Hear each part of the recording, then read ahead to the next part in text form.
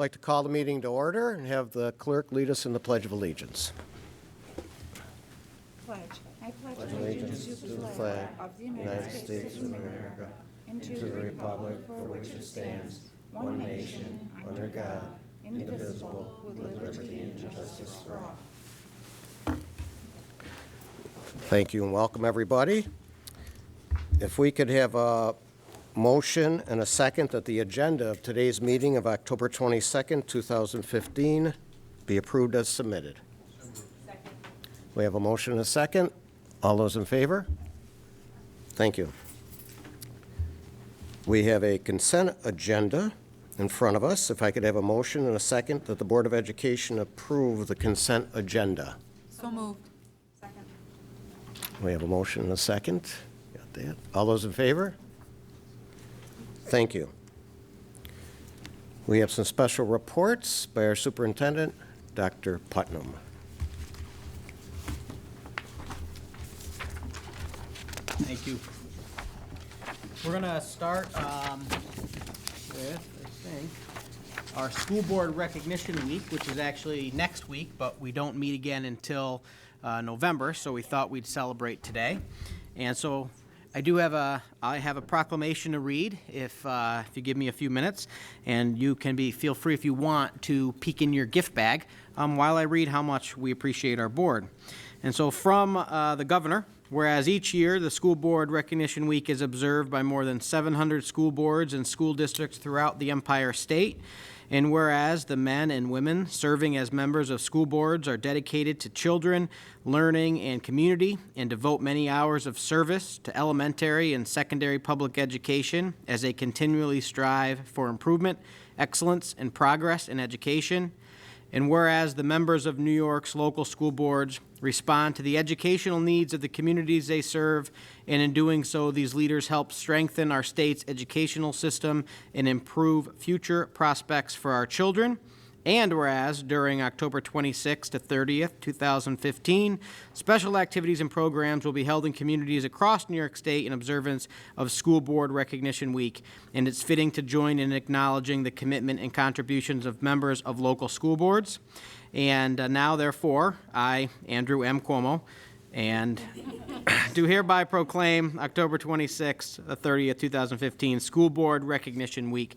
And while our governor, who sometimes we question what the educational laws put forth, I will say that he's right on this one. And as superintendent and on behalf of the district, thank you very, very much for all that you have done. And as you take a look into your gift bag, you'll see a water bottle that you can fill up at our new water fountains that Alan McNiff and his team have put in throughout the district. And you can bring those on our tour of the buildings that we started at Cobbles a couple weeks ago. And you'll also see, gentlemen, you have a lapel pin, and ladies, you have a bracelet with the infinity sign. And the quote on the card in there you'll see, I think, is very true. The influence you have on a child is infinite. And as a school board, you give up countless hours for your volunteer work to make sure that the policies and decisions that you make here actually will go on for many, many, many years and support our children. And I appreciate that very much. So thank you. If we could have a round of applause for our school board.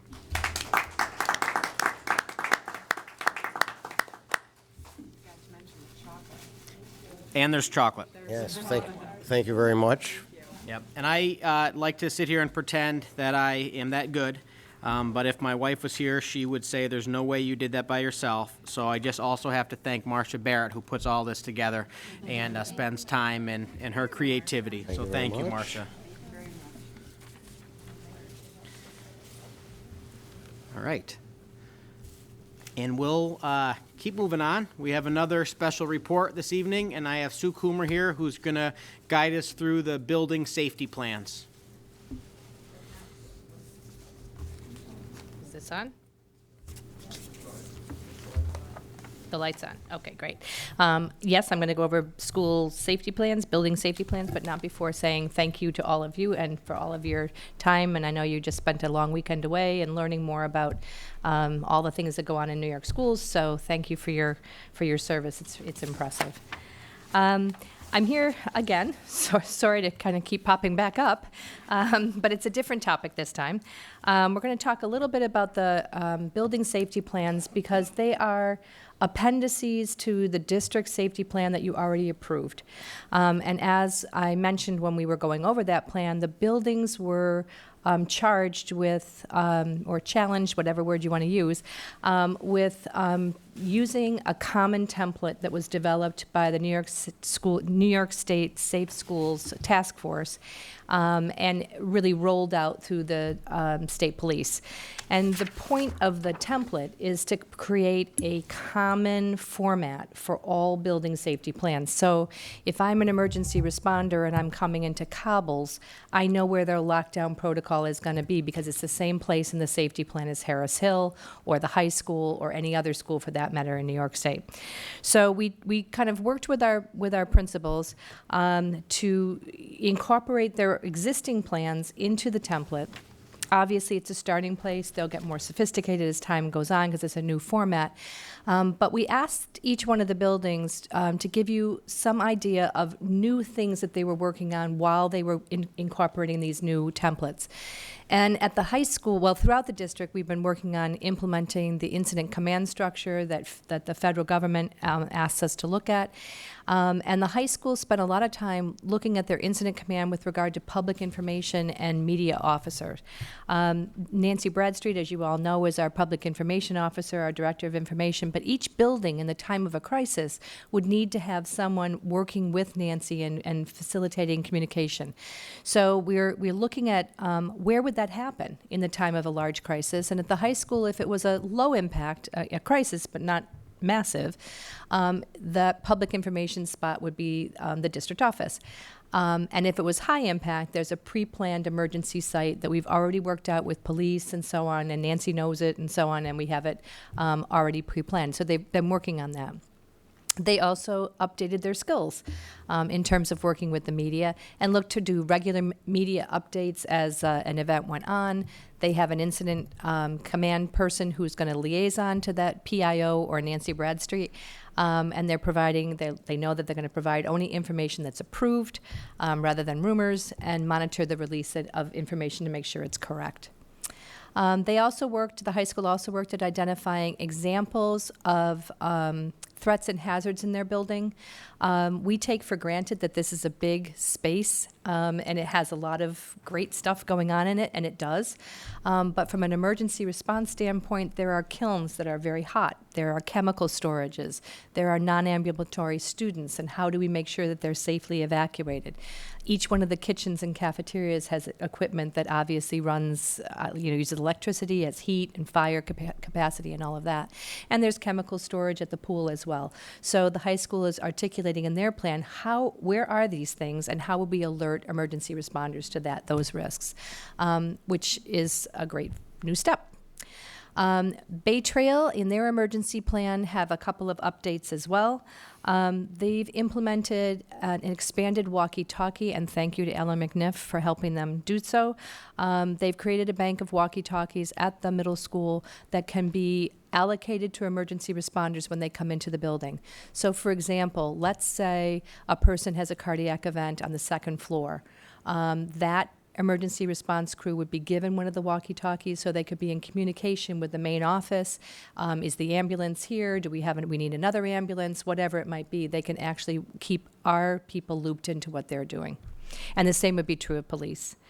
They also updated their staff emergency list, identifying where people are, whether they're CPR trained, what their extensions are, so that they can speed up response time in the buildings. And another exciting new addition. And in addition to that, they also updated their special needs list. So annually, each one of the buildings is responsible for identifying students who might have a challenge in terms of an evacuation or a relocation. We're looking at students with ambulatory issues, but also students with social, emotional, or neurological issues that might make them more anxious during an evacuation and need more types of support. And that appendix indicates who the child's case manager is and who could help facilitate their movement. And they've identified command posts both within and outside of their building. In Cobbles and their safety plan, The new element that they kind of worked on was identifying specific people in their building. They always knew they had to have an incident command structure. Now they've identified the people. So who would your public information officer? They've identified it. Their safety officer. Safety officer, for example, if a hurricane were to come and blow in the windows of this room, the safety officer would be the one saying, okay, this is how we're going to get the kids out. This is a safe place. This is how we're going to do it. They also look at things like just mitigating risks, walk-off mats during storms and things like that. Another new element in the Cobbles plan is they looked at specifically identifying, and all the buildings have done this, Cobbles is citing it, but all the buildings have done this, for large group lockdowns. So if kids are in a cafeteria, where are they going to go? If they're in a gymnasium, where are they going to go to be safely locked down? And how do they communicate that lockdown process location with adults responsible for the kids? So they've really looked at that. And although Cobbles put it on their slide, that's been a task that all the buildings have worked on. At Harris Hill, theirs is really working on incorporating in their drills the additional locks and doors and walls that were put in a year ago, a little bit more than a year ago now, so that their drill sequence triggers the doors. They're practicing with getting kids in a lockdown situation as rapidly as possible in the event of an intruder. And they're drilling and training all their staff and students regarding the responsibilities of who's in charge of exactly which piece of real estate at any particular point in time, because people move around during the day. So if it's the morning, who's in charge of this particular room? And if it's the afternoon, who's in charge of that room? So that they have that clearly articulated in their plan. And they've also worked hard, and I'm citing this in the Harris Hill slide, but again, all buildings have done this. They've worked hard at identifying secondary locations and primary relocations, sites where would we bring kids in the event this building was compromised or any one of our schools were compromised. So they've worked hard on developing a relocation plan and on having a memorandum of understanding with the site where those children would be brought. Obviously, that's not going to be disclosed, because in a time of crisis, we want to shield the kids. But that there is a pretty articulated plan for each one of the buildings now. In Indian Landing, they worked on updating. It's a big building. It's spread really far. If you ever kind of wander around in there, there's a upstairs and downstairs and a basement floor, and you can go in and out of a number of doors. So they wanted to speed up their evacuation drills and have a better accounting for kids more rapidly. So they've implemented a red and green card system where if there's a red card that a teacher shows up, it means she's missing a kid. They want to account for it wherever that child was when the drill started. The child may have been in a bathroom and another teacher took them. The child may have been at a reading specialist, and we want to make sure that they're still with that reading specialist. So they've sped up the time it takes to account for all of the kids by using that card system. They're also implementing blocked fire exit drills. In their 8 drills in the fall, they've done blocked exits, and they articulated rerouting classroom evacuation. So if you can't go this way, how could you go? What would be the quickest way? And again, although that's in the Indian Landing plan, that's in all of them. They also boosted up the number and types of drills. We've added additional lockdown drills in the district and lockout drill, and they've bumped that up a little bit. Each one of the teachers in Indian Landing, and this is not true in all the buildings, but we're working on that, has developed a grab-and-go bag that has some essentials, class lists, kids with special needs, things like the red and green card, universal precaution kits, and things like that in that grab-and-go bag. They've also done laminated emergency response cards. You've seen them in other places in the district. We gave all buildings lockdown, lockout, shelter in place with locked door, and evacuation. So they have all of those as well. And lastly, it should be lastly, Scribner Road. Scribner is working on incorporating, and again, all buildings are incorporating these in their fact, but they're citing it. So Scribner is working on incorporating in each faculty meeting, or not every faculty meeting, but many faculty meetings, specifically breaking down the emergency manual so they're looking at one functional annex at a time. So they made this faculty meeting, the lockdown drill is going to be next week. So this week we're going to go over the specifics of lockdown and remind people of it. it's hard to read your teacher's manual in August and then remember specifically how to do it. So it's just a refresher. They're continuing to do the shelter in place with locked door, and then bringing it up to a lockdown. And a shelter in place is just if some event happened in the building that we don't want people moving around, like during an AED drill. We don't want people in the hallways so that emergency personnel can come in and out. Shelter in place with locked doors if we think there may be an escalating threat. A person's come into the building, we don't know quite why they're there, they may appear agitated. We tell classrooms to shelter in place with a locked door so that education can keep going. We're not putting them into lockdown, hiding under furniture and behind walls and things. But we are keeping kids out of the hallways until we can assess that risk. And then lockout is keeping people exterior from the building, and then lockdown obviously is the real intense, hiding kids and faculty. And we've already talked about evacuations. So they're also allowing time to debrief after drills, which I think is really powerful. It gives that critique, how did it go? Sometimes we plow through life and we get, got that checked off the list, but we don't take time to say, how did it go? So they're consciously and intentionally reviewing and debriefing each one of the drills, which is really a wonderful step as well. So all of these safety plan updates are going to be appendices to the district plan.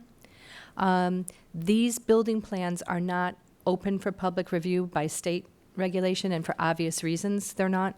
But they will be kept with the district manual and be part of our rapid responder system, which is an electronic version of storing that so that all emergency responders can have that when they need to.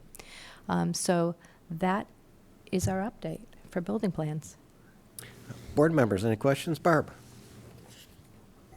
Having subbed last Friday in a neighboring district, they had a lockdown drill. Does Penfield alert their substitutes as to what needs to happen? That you might have, and I skipped over it on one of the slides, in the substitute folder are those functional annexes. And I probably should send out a reminder every year, and I didn't do it this year, but we talked about it last spring. So I probably should do it again. But yes, those functional annexes should be in the subfolders. Okay. Good point. Well, the speech person that I was subbing for did alert me that it was probably going to be happening sometime. And luckily it happened during my lunchtime, so I didn't have to worry about a student. But I do need to ask this question because at the particular school I was at, we had to go out into the hallway and be against the inside wall, and yet at the end of the hallway, it was the front of the building. And I was kneeling down there with my hands like this for 10 minutes, and so were the other students. They did not want you on inside walls, and I was just confused about that because it was the front of the building right at the end of that hallway. And I can't comment because I don't know the building specifically and their layout. I can tell you that the goal of a lockdown is to create as many barriers between the internal intruder right. and the student or staff. So if you can think about getting behind as many doors, as many, file cabinets, whatever it might take to blockade and slow that person down. We know that emergency responders, we just had an event locally in the district where the police responded. It's an incredibly short response time. They are wonderful partners with the district, with all districts, I suspect, but certainly with our district. And our goal is to give them time. And the only way we can do that is to create barriers between, it's called hardening the perimeter. We want to harden that perimeter. So not knowing exactly how that building was laid out, I really can't comment on it, but I know here in our district, we'd be putting as many barriers between an internal intruder and that student or staff as we possibly can. Okay. Thank you. Yep. Any other questions, board members? No, Dr. Putnam has a question.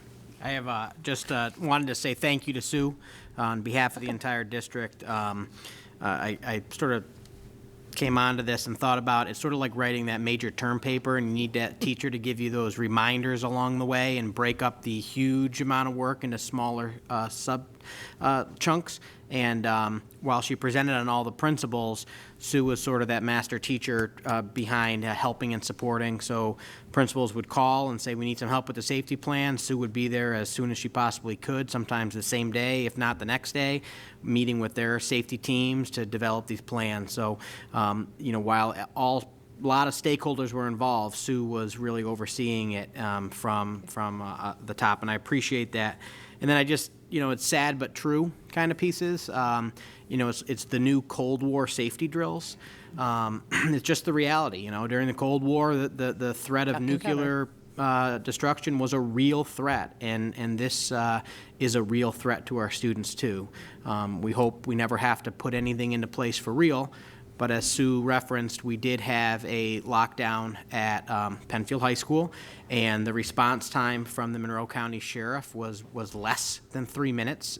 They were there so fast, which feels good, and it's a part of that safety plan. I mean, people reacted, and staff knew what to do, and it was a good thing. And if we didn't have any plans in place, it wouldn't have gone that way. Right. So.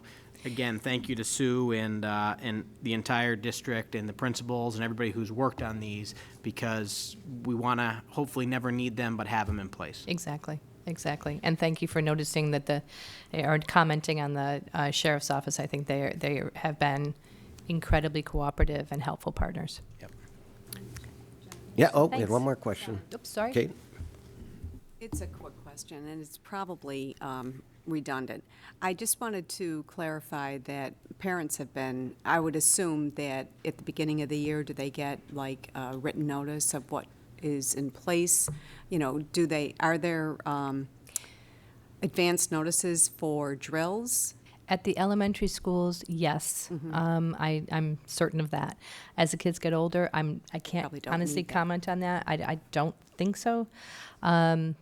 Possibly, I'd have to ask Howard. I'm not sure, Howard Hennick or Winton Buddington, on how they arrange those. I know that when the kids are little, for sure. And one of the reasons, I should have mentioned it when we first started it, but one of the reasons why we want this consistency across the buildings is so that when a little pumpkin of kindergarten learns a term, it's the same term Right. when they're a 7th grader and when they're a 9th grader. So by doing that, it becomes rote, it becomes rapid, and we want it, every second counts in those kinds of emergencies. So we really want to practice the kids a lot.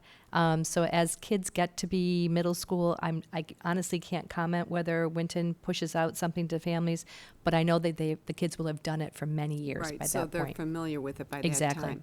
Exactly. And then the one thing I would think would be the most unnerving to a parent would be a lockout, especially if a parent is approaching the school. Maybe they have to pick up their son or daughter, and then the school is on lockout. So that's why I'm curious about what is told to parents, at the Yep. beginning of the year. In a lockout drill, we have signs that Okay. are part of our district plan, and I've also sent them out to the buildings, that says we are conducting a lockout drill. The drill will last 5 minutes. Please return at that time. Just as allay of fear, so a Okay. parent doesn't get to a door and say, why can't I get in? Right. For a lockdown drill, you wouldn't have time. We would never put a sign on the door, and we just have to, have parents bear with us on that one.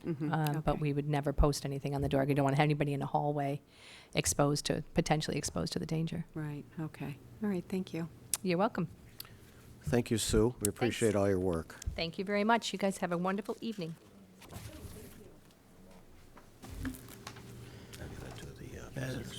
Yep. Okay, we're visitor speaking time. This is the time on the agenda where it's open for individuals in our community to bring any comments to the board. Do we have anyone signed up tonight? No. Okay. And next on our agenda is our student representatives report. Have we heard from Aubrey? She could not get out of work on a Thursday night, so she was not okay. able to attend. So she could not get out of work on a Thursday night. We're doing a Thursday night special here tonight. And that's certainly understandable that she can't get out of work. So we'll look for twice the information at our next meeting. I couldn't get out of work either. Okay. Well, nonetheless, you're here, so we'll move into the superintendent's report. Sure. We have a packed full meeting today. So I just have some brief student and staff honors. We do have Ray Wagner here for an audit presentation, very exciting.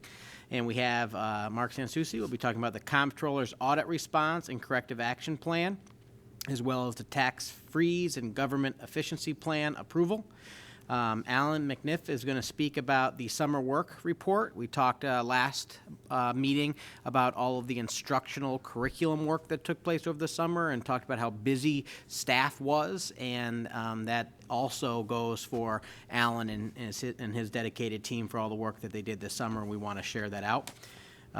Jim will be speaking about our instructional data summary, which, if you recall, is sort of the beginning of what's to come the next couple of meetings, which is our elementary principals and our secondary principals reporting on their school action plans. And then a brief summary of Superintendent's Conference Day and an ESL update as well. So we'll get started with student and staff honors. I sort of smiled when I saw this one that we were going to present again, because I feel like every meeting I talk about students who've been selected to compete in NYSSMA All Area State Festivals in November. These are our talented musicians. This is a huge honor. I'm not going to read through all their names, but there are 31 students in grades 7 and 9 and 15 in grades 10 through 12, a total of 46 students selected to participate in NYSSMA Area All-State Festivals this November, and all those names are in the packet as well, and so we're very proud of our music program. Also very honored and thankful to talk about 3 library media specialists, Sue Chauncey from Scribner, Lisa Edborg from Harris Hill, and Nancy Logie from Indian Landing, on being awarded mini grants from the Monroe One BOCES school library system to support projects at their schools. So they had to put some paperwork in, talk about what they want to do in their libraries to support learning and reading, and they were all granted these mini grants, which is just wonderful support for our library programs. He's lucky that I didn't put a picture in of him, but the board, who was with myself and Dr. Sansucci, Mr. Pfeiffer, in New York City for the New York State School Board Association convention, where a lot of learning took place, and I believe most of us, if not everybody, got to see Don. And I just wanted to make sure the community was aware that Mr. Don Bavis, the principal of Cobbles Elementary, was selected to present at NYSSBA annual convention held in New York City. Mr. Bavis's presentation, Achieving Academic Excellence Within a Whole Child Framework, focused on Cobbles Elementary School Peace Plan and the Diamond Approach to Response to Intervention. Mr. Bavis presented twice during the convention and was represented Cobbles and the district in just a very positive manner both times. Large crowds, lots of questions. He answered all of those questions very clearly, concisely. I let him know afterwards I was definitely going to be using it as his unannounced observation, so he got his APPR slightly out of the way. He did a very nice job and just really made Penfield proud, and so that was great. The last one I have is not up here, but just wanted to mention, because I didn't put it on because Aubrey, but just wanted to mention that if you go to the website or both Twitter or our Facebook sites, we have some wonderful pictures of Friday morning lights. And so last Friday was Friday morning lights, and we had Hannah Welker from News Channel 13 here, and they broadcast live from Penfield High School. They were here early, and the broadcast started before 7 o'clock and carried on throughout the day. Showed our robotics team, showed music, showed our football team, and showed hundreds of kids dressed in pink, not because it's the school color, but because they were there to really show respect for Breast Cancer Month. And so just a great group of kids, and really good positive press for Penfield. And so if you didn't get a chance to look at that, please go on and take a look at those great pictures. I'm done with my updates, and we'll turn to Mr. Ray Wagner, if he could join us for the audit presentation. Sorry, Wager, so sorry. Yeah, I'll get that right, I promise. I apologize. That's okay. It happens all the time. Oh, good. Good evening. It's my pleasure to be here tonight. I'd like to Just give you a quick overview of the audit process, your financial condition, internal controls, checks and balances, segregation of duties, all those things I can talk about. It's all part of the audit process. I can tell you the process went extremely well again this year. You can see you have 2 documents in front of you. You have like a 50-some page audit report that keeps growing every year with more exciting information that we are required to put in that. And then you have a very small report, and that is the old management letter, which is now called Reporting Internal Control Matters and Related. Yes, you'll see the title. But it's the old management letter. And what that is an accumulation of what we find during our audit process. When we're in the district, there's a lot of things that we're required to do. And it's all based on a risk management, a risk assessment. So when we come in and we look at all your different procedures and processes and departments and look at transactions, and we determine whether or not you have really good controls or maybe not so good controls. And we do a risk assessment and say if there's weak controls in a certain area, we have to do more work. That's the approach that we need to take. That's what we do. And you'll see that what comes out of that are any of the recommendations after we do all of our testing and procedures. And you can see that the recommendations are extremely small, mild, and insignificant. And that's a real tribute to your organization and the procedures, processes, and policies that you have in place. So you'll see there's only a couple items in the letter.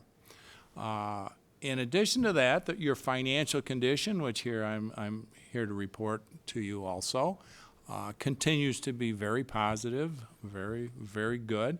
At the end of the year, you have a little over $30 million of total equities, which include reserve and restricted funds, and then dollars that you're using to help support the budget, which is fine.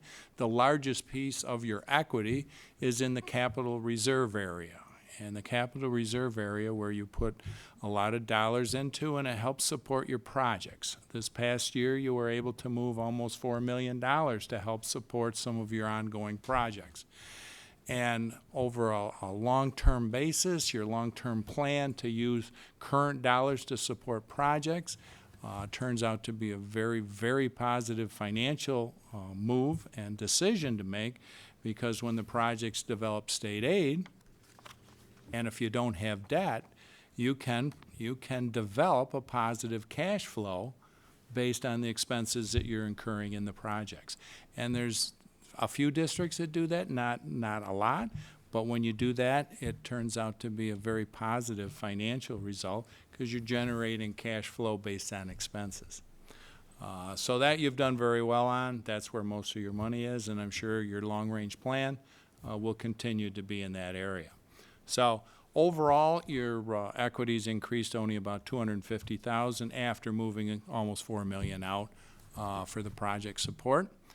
So again, you ended up with a very, very solid balance sheet, and your financial ratings with the financial markets and Moody's and Standard & Poor's, you continue to have the highest rating of any school district really in the area. And it's because of your financial planning and your balance sheet and your wise use of reserves and equity. So that's where you are. In very good shape. Your procedures, controls are good. And are there any questions? Board members, any questions? You've had a chance to look at a very detailed report prior to this, and some of us were on the audit committee that we received a in-depth report as well. Yeah, I was going to mention, we had a very good meeting a week ago, and with the audit committee members, we spent almost an hour going over very thoroughly the numbers, the different variances and things in the report, and it's usually a very, very good and informative meeting. So I enjoy that. Camille? Yes. I'll ask a question about, on your note, on the, just giving us a heads up about the Affordable Care Act, that there are going to be new reporting requirements. But I thought in Penfield, we decided to offer every new employee the opportunity to have health insurance so that, to avoid these kinds of problems. But you're saying it's still something that we need to keep an eye on? Yeah, what we're saying is that the Affordable Care Act is very, very complicated, Okay. extremely complicated. I don't even pretend to know everything about it. But I know it's very complicated, and there's a lot of things you have to do. You have to monitor. You have to determine how you're dealing with healthcare with everyone in the district. And there's financial reporting that's required. Tax returns now will be required in January. First ones will be required. Schools have never filed tax returns, federal tax returns. And assuming that you do those properly, there will be no penalties, but if you don't do them properly, there will be penalties. So as recent as yesterday, I found out that one of the rules within the language of the legislation, they changed, and they changed one of the costs, I believe. One of the fees in like a Blue Cross plan now is charged a fee that comes out of the plan. When you pay your premium, there's a fee now that help pay for the health care, and that changed like within the last week. There's so many things, it's so so that's the reason that I put it in there, and it's simply a matter to make sure you don't lose track of it for a minute. And I'm sure that Mark can probably give you a extremely more detailed discussion. And it looks like Barb is nodding her head too, so I think the two of them are on top of it. And just to that specific question, as a consortium, as a healthcare consortium, countywide, really, we did elect to offer sort of that bronze or basic plan coverage at employee expense to everyone to avoid one of the more draconian failure to offer penalties in the Affordable Care Act. Along the way, and some time ago, we did think that that was going to exempt us from reporting, but that's not proven to be true. So there's still quite a lot of reporting that we're going to have to do. We need to generate reports to the IRS on the status of every employee and their hours worked over the course of the last year, so that they can test to see if they were eligible for coverage or not, even though we offered it. And then there's also reporting or the provision of the required documents that everyone is going to need when they file their taxes for this upcoming year. So that's Mr. Maloney's actually taking the lead on sort of coordinating that whole process in terms of figuring out how we're going to get that data. It's all new to us. Our computer systems aren't set up for it. We don't have the required data in the right places. I mean, essentially what we're doing now is generating additional data in what amounts to a new W-2, kind of, if you think of it that way. But we've never done it before. The systems aren't in place. The data's not consistently in, one kind. It's just not built into our systems yet. So we've been attending to it. We're going through the process. We've got some consultants assisting us. We've engaged BOCES to help with some data extracts. I think we're all feeling a little better. We're on track. A couple of months ago, I wouldn't have necessarily been so confident, but it seems to be coming together pretty nicely. So it is a complicated undertaking, and it is a significant new administrative burden. But we thought we were golden, and we're going to avoid the whole thing, and you're correct in that. And I may have even at a previous board meeting said that, just proved not to be true. That's too bad. And I'm sure, though, I just hope that employees are going to be waiting for that letter so they can file their taxes, and people like to do it. That's just a lot of pressure, but Penfield won't be unique in its perhaps being challenged in providing that, whatever letter that they need. And so. there's fines at every step along the way if you miss it, so that's the other incentive to get it right, I guess. Thanks. Okay, Sorry any other about that. questions? Ray, we certainly appreciate the work you do for us. As stewards of a $90 million organization, we know with finance is not easy, so we appreciate all your support and the work and recommendations you do for us. So thank you. And Mr. Wager, next, I don't know what your schedule is next on the agenda. I was going to go through the comptroller's report. Are you able to stay for just a few minutes? I can do that. Because there might be questions that you could assist with at that as well, so. And also, I wanted to also publicly say thank you to Daryl Jolly, our chairperson of the Audit Committee. That's our citizen representative, and for the past several years, he's guided the committee, and it's not an easy task for a citizen to give up that time, so I wanted to thank him as well.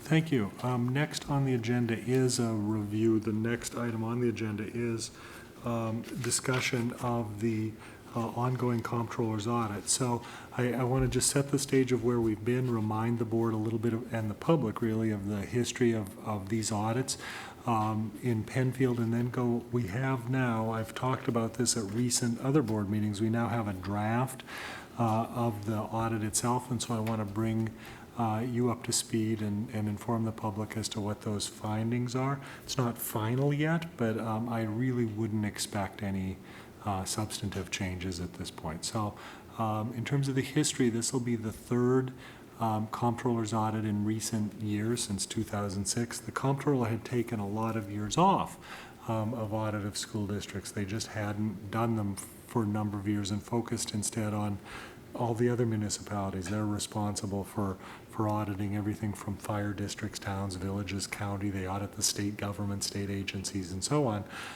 And because of the really vast amount of oversight in school districts, they had slowed down their audits in schools. That's changed for a variety of reasons over the course of the last few years, and so we've been subject to three. Internal controls in 2006.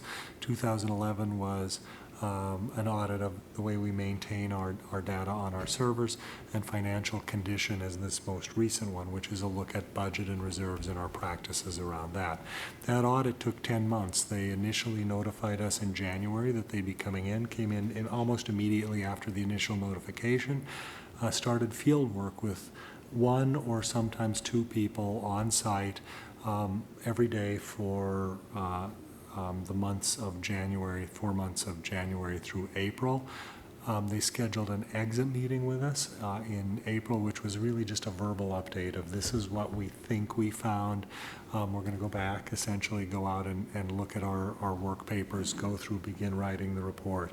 But this is sort of what we think we'll be talking about.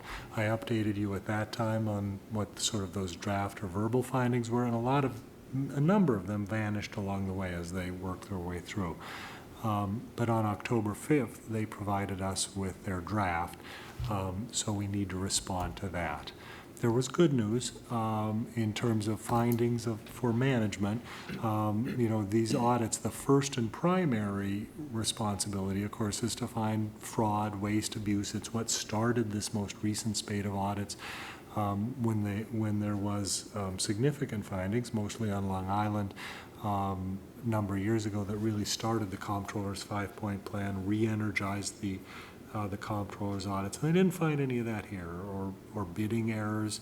RFPs, backup materials were in place where they should be, overpayments, the other kinds of things they look for, they didn't find. And I think, I always say an audit by its nature is a critical document. They don't come here to tell you what a fine job you do. They tell you to find things. They come appropriately so to find areas that can be improved. So I think a negative finding's a piece of good news. They didn't find, they had no comments on the majority of our reserves. So Mr. Weiger just mentioned the capital reserves, which we use for buildings, and a different type of capital is the bus purchase reserve, our largest reserves. They had no findings. Workers' comp, tax, certiorari, employee benefits, and unemployment, there were no findings. But they did, obviously, as I said, it is a critical process, and they did have findings with regard to budget and with regard to our debt service fund and to reserves. So in terms of the budget process and in terms of the budget, the way we develop our budget, we appropriate fund balance against the levy every year. It's a form of revenue and reduces the tax levy. If our operations don't at least cover that, we've built a structural deficit in our budget. We use that appropriated fund balance, and then we have to somehow deal with that in the subsequent school year. It's really the way you deal with that is very limited anymore in a tax cap environment. But they feel that including that appropriated fund balance and then not using it, not running a deficit to the extent that it's gone, is overly conservative.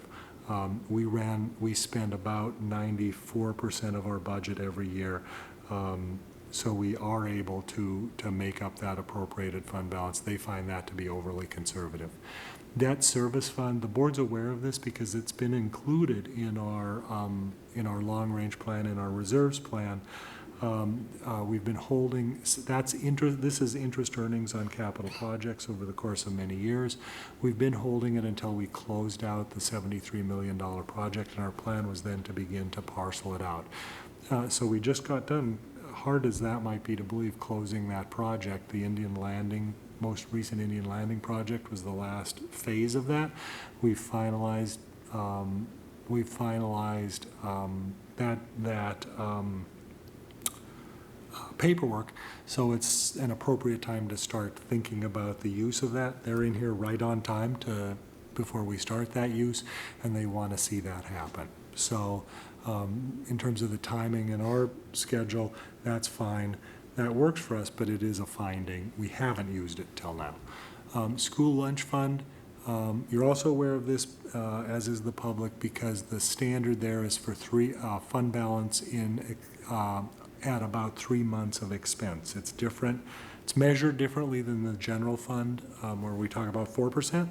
Here it's 3 months of expense in the school lunch fund. And as you know, we exceeded that during this last year. We brought to you a plan to bring that down. SED approved that plan. We didn't get quite all the way there. There's about $40,000 of excess fund balance in that school lunch fund. We'll take care of that during the course of this year. And then 2 reserves, in their estimation, were overfunded: a retirement contribution reserve and a liability reserve. In either of these cases, there are no official standards for that. There's no guidance document. There's no law around it. It really revolves around the judgment of the board, the community, and in this case, the comptroller gets to have an opinion, and so they have theirs as well. And in their reserve and in their estimation, they're overfunded. So we need to address those comments. In terms of where we're at, we are in a 30-day review, correction, and response period, which ends in just a couple days. So I'm obligated to provide a letter to the comptroller that in response to the audit. In many cases, districts will respond by saying, "Thank you very much. We've received your audit. We appreciate it. We'll get back to you." Because the get back to you part is the corrective action plan. We are obligated by the audit to both a letter and a corrective action plan. You can do both at the same time, and that's been our pattern. Tonight in your agenda for Mr. Wagger's audit, you received the management letter and the general purpose financial statements. You could accept those and expect later an action plan for correction. You'll notice in the agenda for that is, when you accept it, is our corrective action plan. We think it's appropriate that we do them at the same time, do it together. It's been our pattern. I'm recommending that for this, and so also in your agenda tonight is our corrective action plan for this. So tomorrow, when I send this to the comptroller, it'll be our letter: "Thank you very much, we appreciate your input, and here's our corrective action plan." That's also on tonight's agenda. Once we do that, once they have that, at some point in the future, they'll publish the audit. It's not final yet, because they reserve the right to make changes. They also bind into it our letter of response. So we don't know when they will do that. It will be typically many months. The letter goes in. They sometimes will respond to our letter. if I said, well, it's this, they might take the opportunity to say, no, we disagree, it's that. So they need to work it through their process. It's edited locally, sent to Albany, they re-edit it, it comes back.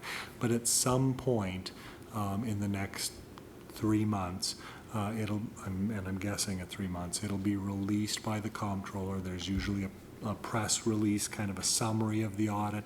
There's a summary in the front of it. The board's received a draft of that, of the whole document as well as that summary. That's what it says. And then after that, we have certain other obligations. We're obligated to post it on our website, to respond to SED and so on. So we'll take care of that when we get there. For tonight, it's really our work is that corrective action plan. There were 5 recommendations. So they're in a lot more detail in your agenda, but I'd just like to spend a moment and go through each of them.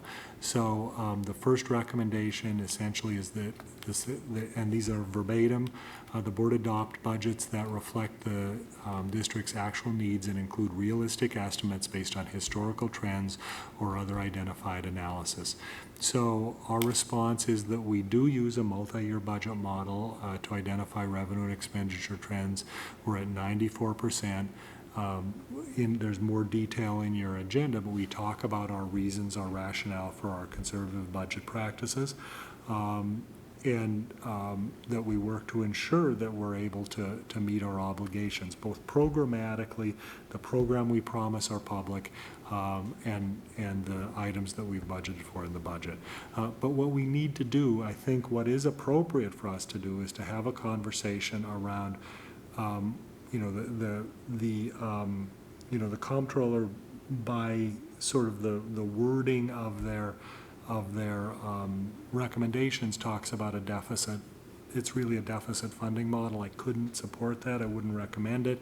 But I think it appropriate for the board to have a conversation about variances and what's a reasonable target. I think as part of our budget process, we should have that conversation. I think that's a fine idea.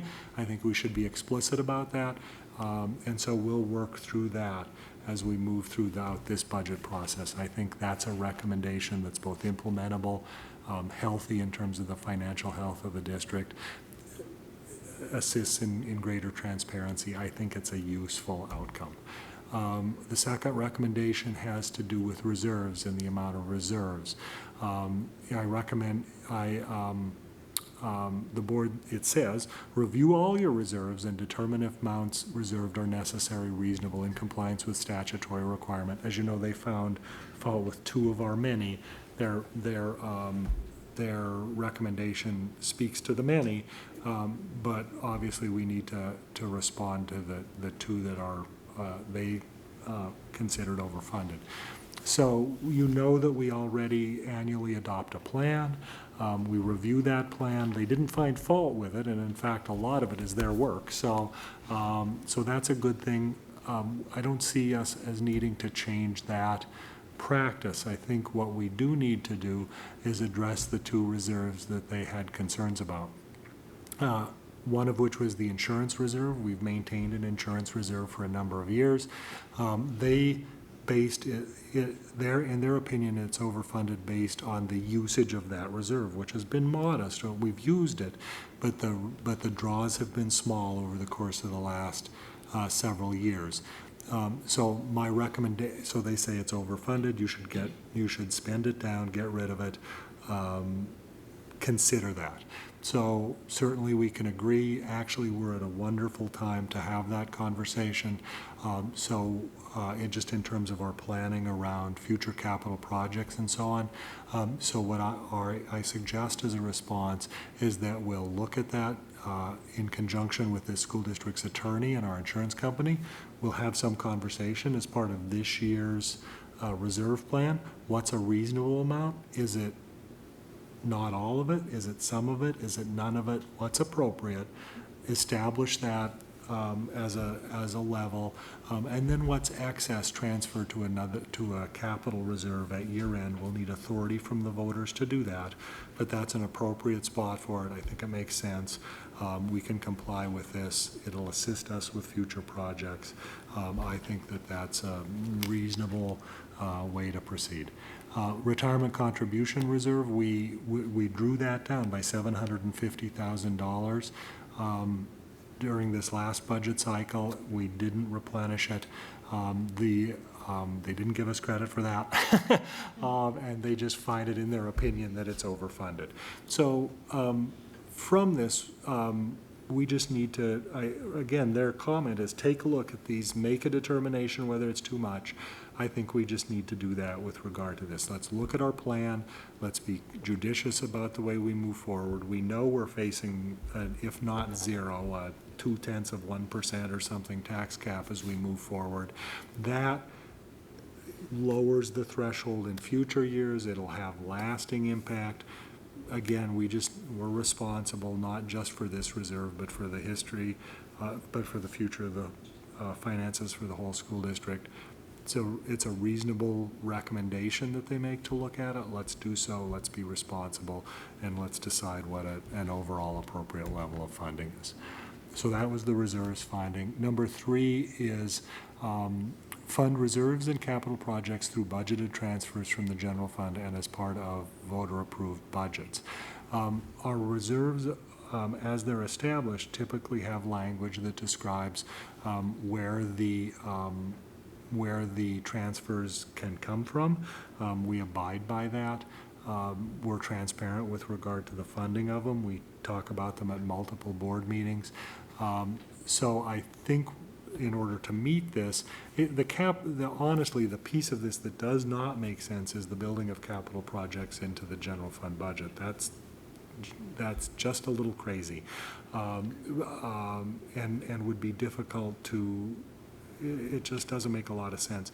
They argue that increases transparency. I'll argue that a standalone project that our voters have a right to vote on separately, that we explain separately, that we send out newsletters about separately, is more transparent. So again, it's a recommendation. I think that, and we need to respond. I think that what I'm recommending is that as we develop our 5-year capital plan and anticipate its adoption, that we expand that plan to include projected financing means and sources for each of the plans. Part of this, where do we expect money to come from? How are we going to do it? Will it be separate? Will it be part of a budget? And begin to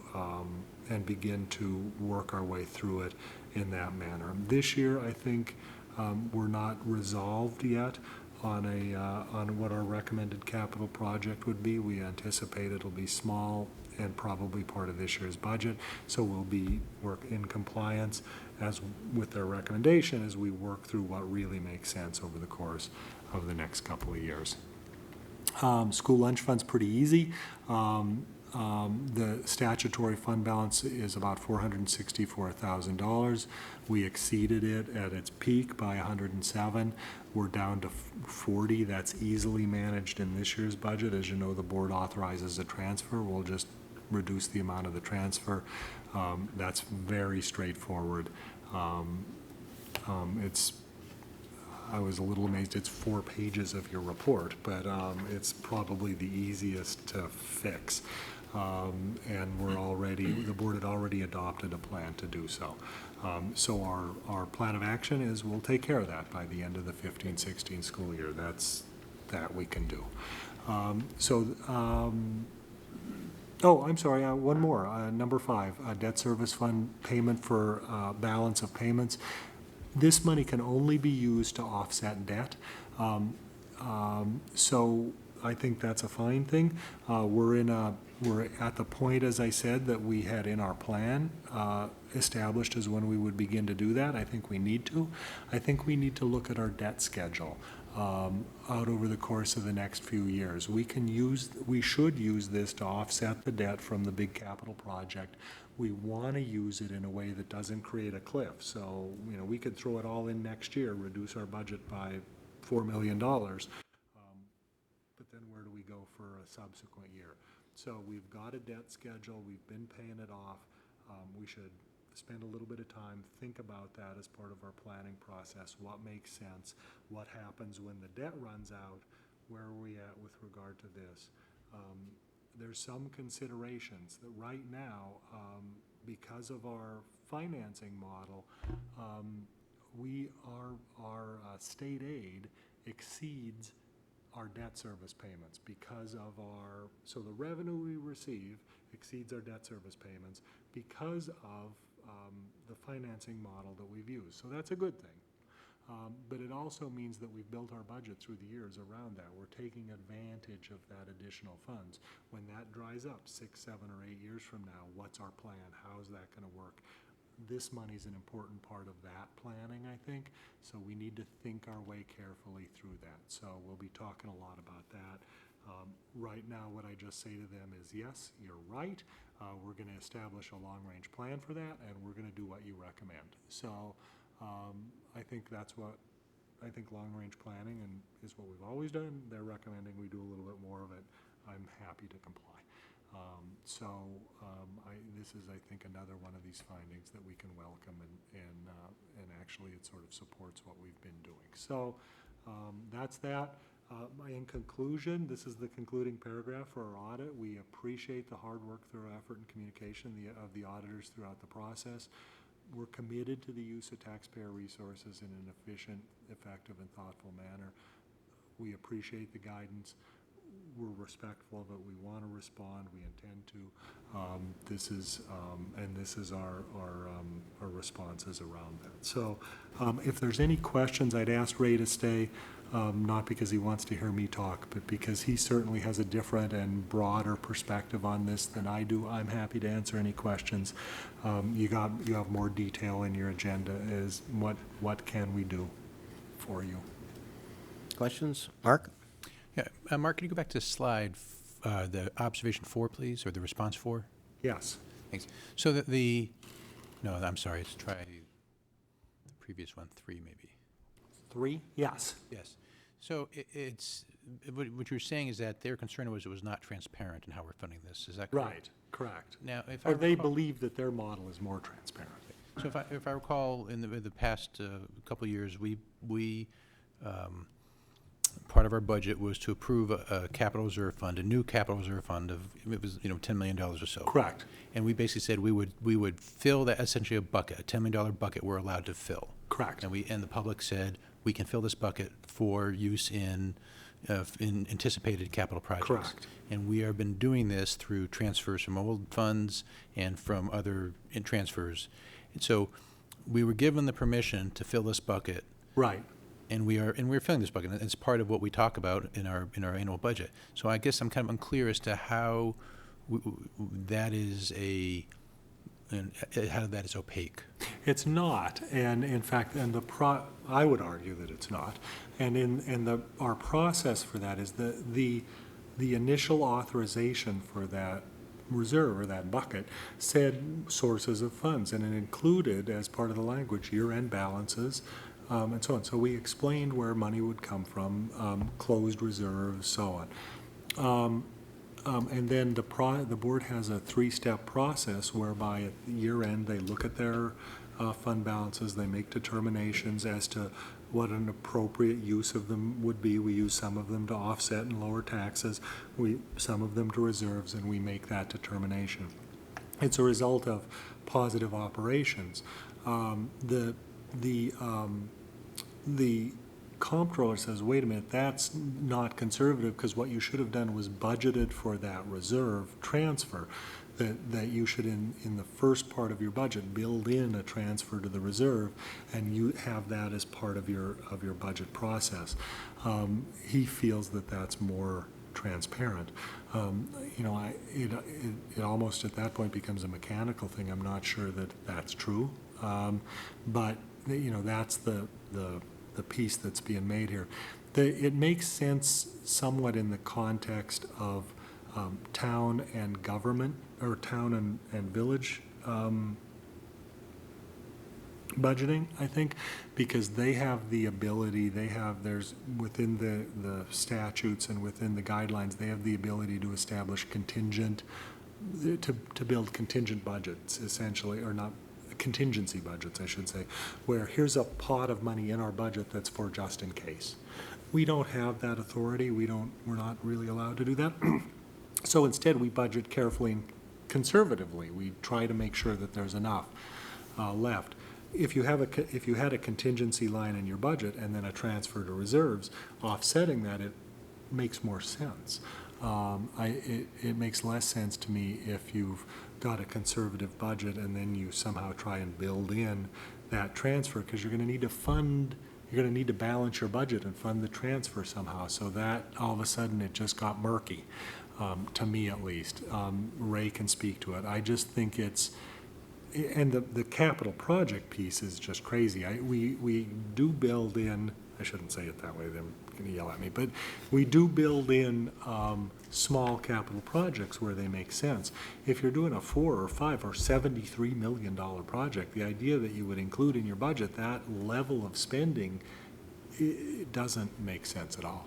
So there's that. And it also just seems like when you build it in like that, defined, then it's very rigid, it's inflexible because it reduces our flexibility over the course of the year, versus at the end of the year, as things go positive or negative for us over the course of the year, where we end up, we can make that decision, and make it at that time. Absolutely. And in all cases for capital projects, the voters have the final say. They approve or disapprove it. We offer it, they approve the source of financing. So that's where that's at. All right, thank you.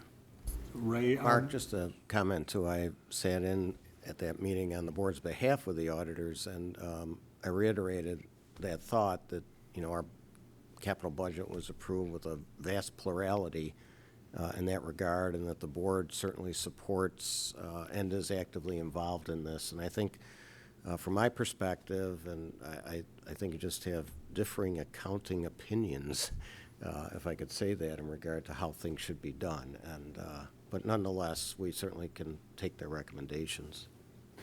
So you've heard me speak, but I asked Ray to stay. Ray, you've heard him. I know we reviewed these recommendations at the audit committee before bringing them here. Ray happened to be there by chance because of this other. The timing just worked out. But any final words Sure, I can always come up with a final word. I would like to comment. First of all, this is the way that you need to go through it. You need to go through the approach. You need to answer questions very generically, and then go and make the best decisions for the district.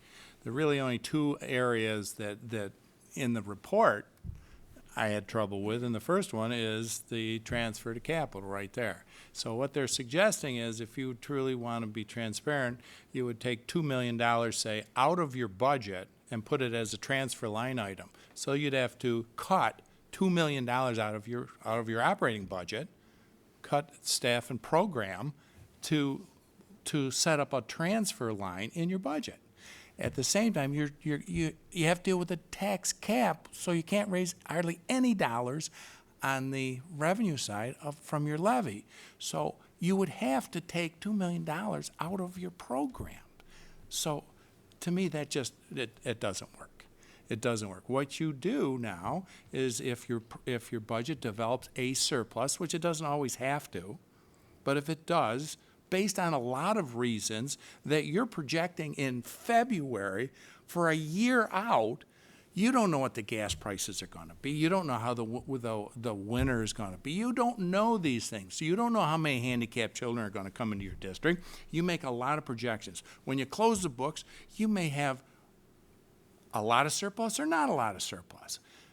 And what you do is, and if you have surplus and you transfer it in those areas, there's going to do the district the most financial good. That's the way you should operate, and that's the way you do operate, okay? And they're suggesting that you need to be tighter and be more transparent. So that one I have a problem with. The other one, which I have a real problem with, is when they say you appropriate $3 million or $4 million out of your fund balance to balance the tax levy, but you're not using it. Okay, using it suggests that they're saying you should have deficit spending, and $3 million would go right out of your equity, right out of your cash, and you'd have an unbalanced budget if, in fact, you were going to use that appropriated fund balance. To suggest that appropriated fund balance should be money spent and put you into a deficit spending, to me, just doesn't work. Now, if you have a reserve that may be a little overfunded and maybe you need to spend down a little. Okay, I can go with that. How do you do that? You don't want to take a chunk of money out of reserve and help support the cost of your normal operating expenses. If you have unique items or capital type items that are not reoccurring, then you shouldn't get into financial trouble with your budget, because the expense won't appear the next year if your reserve starts to run low. Those are the things you have to consider. To make general comments saying you should be spending down, and I know I have clients that are doing that, and they're just spending down and using their reserves and fund balance to support the budget, and their equities are going right down. And when I talk about that, I say, okay, how are you going to stop the spend down of $2 million? How do you stop that? Well, you can't get it from the tax levy. Well, how do you stop a $2 million deficit budget? And I don't know. Sure. Does that affect credit rating? That is the first thing. There you The go. very first thing that Moody's and Standard & Poor's, when they do your bond rating, that's the first thing they look at. Do you have an operating deficit? It's the very first thing. And if it's small, okay, you can survive a small operating deficit. But if it's fairly large, right now, with the tax cap, you do not have a means to stop the deficit. Stop the outflow of money, which exceeds your revenues. So you'd have to make, and these districts that I'm working with have to make significant cuts, program cuts, Yeah. in order to get it back in balance. So to suggest that that's the way to go, I don't necessarily agree. One of the things that I brought to the meeting, too, was an article that stated Monroe County had spent down their reserve funding from 21% to 1%. And I asked them, how did they expect them to raise that with a tax cap? And, Right. and they really didn't have an answer. But, you know, they're 20% below where they should be in the reserve fund because they spent it down. So it's much harder to do rather than have your reserves, and as Ray mentioned. So, they really didn't want to engage in that conversation, but sometimes the logic doesn't apply as well. Right. So, other questions? Yeah, just one other question. And, we haven't heard about it in a long time, but they used to talk about stress testing our budgets and our finances. So with all of this, and considering what they say, are they still doing stress testing? And if they are we still okay with that? Well, I think that process is going to continue. I think Monroe County just got the worst rating of any county in the state, based on the stress test, based on a financial model that audit control is really suggesting people follow. But I believe that'll continue, and it's interesting because they're suggesting this is what you should do, and then it will result in a poor rating when they do their stress test, without telling you how to get out of it. Yeah, the stress test is released annually. We do ours as part of that reserve plan. I think one of the issues I've always had with it is they picked variables for that stress test, or the fiscal monitoring system, I think they call it, that are sort of backward-looking and easy for them to manage. I mean, one of their criteria in development of that system was, they didn't want to have to send an army of auditors out to do in-depth work in each district to develop a fiscal rating. They wanted to be able to pick up our financials that we mail in and choose line B and divide by another line and be able to come up with a measurement. So it had to be data that was easily available, quantifiable, and backwards looking. So, they picked, I suppose we could quibble about the variables, but they picked ones that were easy, and they picked ones that look backwards. So by the time your fiscal stress indicator shows a problem, the wheels of your car have already left the cliff. You're in the air, and then it will tell you you've got a problem. So in terms of being an early warning system, yeah, it tells you that you've got a lot of problems coming up in Right. doesn't work at all because they don't even consider your current budget situation. Okay, so if they did your stress test now and looked at your numbers, say, last June, which would be the closest they would look, and if they didn't look good, and you make corrections in your budget, it doesn't come into play in their formula. So, Okay, any other questions in regard to that? All right. Thank you, Mark. Thank you very much. Ray, again, Thank you, for Ray. hanging Appreciate on, it. and we appreciate your support. more than welcome.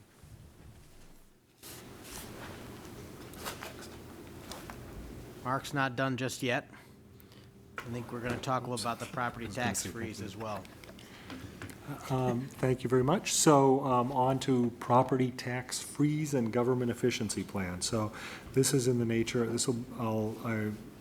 we haven't talked about this in a little while, but I just wanted to update the board on the status of that.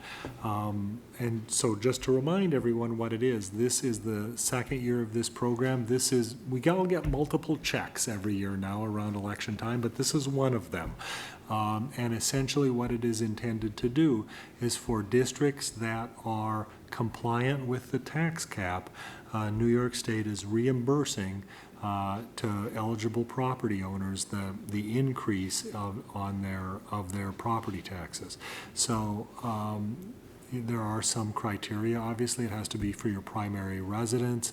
The district has to comply with the tax levy limit, and so on. And it also doesn't guarantee that your taxes don't necessarily go up. It is a calculation based on the increase in the rate. But if you did property improvements or lost an exemption, say a senior exemption, or if you had your house reassessed, it doesn't insulate you against all those changes. It's just really the calculated increase in taxes. So in 2014, it was calculated based on the greater of the increase in school taxes, or 1.46%. That year's 2% was 1.46%. So and I'll just use the town of Penfield. We have 6 towns, and they're each different, but just for this example, I focused on Penfield. So the town of Penfield's rate increase was 0.9%. So the calculation and the credit, the check that our residents got was based on they assumed that the increase was 1.46%. So theoretically, if nothing changed, your check was a little bit bigger than your increase. In 2015, that will continue. With one proviso, the town of Penfield's increase was 1/4%, and this year it'll be based on 1.62, and year over year. So this year you get 2 years worth of the checks will be bigger. They were pretty small. The first year they'll be last year's increase plus this year's increase. So essentially the program is freezing you back to 2013. Again, so in the second year now it'll be greater based on 1.62%. But this year was dependent on a state government approved efficiency plan. So we had to prove savings and efficiencies of up to 1% per year in each of the 3 years starting in 16-17. So we could do that alone individually as school districts, or we could do it as part of consortiums. If we had done things that qualified and there were very specific requirements in the law. So in Monroe County, we decided to do it as a consortium for a variety of reasons. We do a lot of things as consortiums, and there were a number of initiatives that we've undertaken that seem to lend themselves to this. So we needed to save 1% of our aggregate levy. So that's $8 million across the districts, not just Penfield. We have a share of that, but all the districts needed to save $8 million,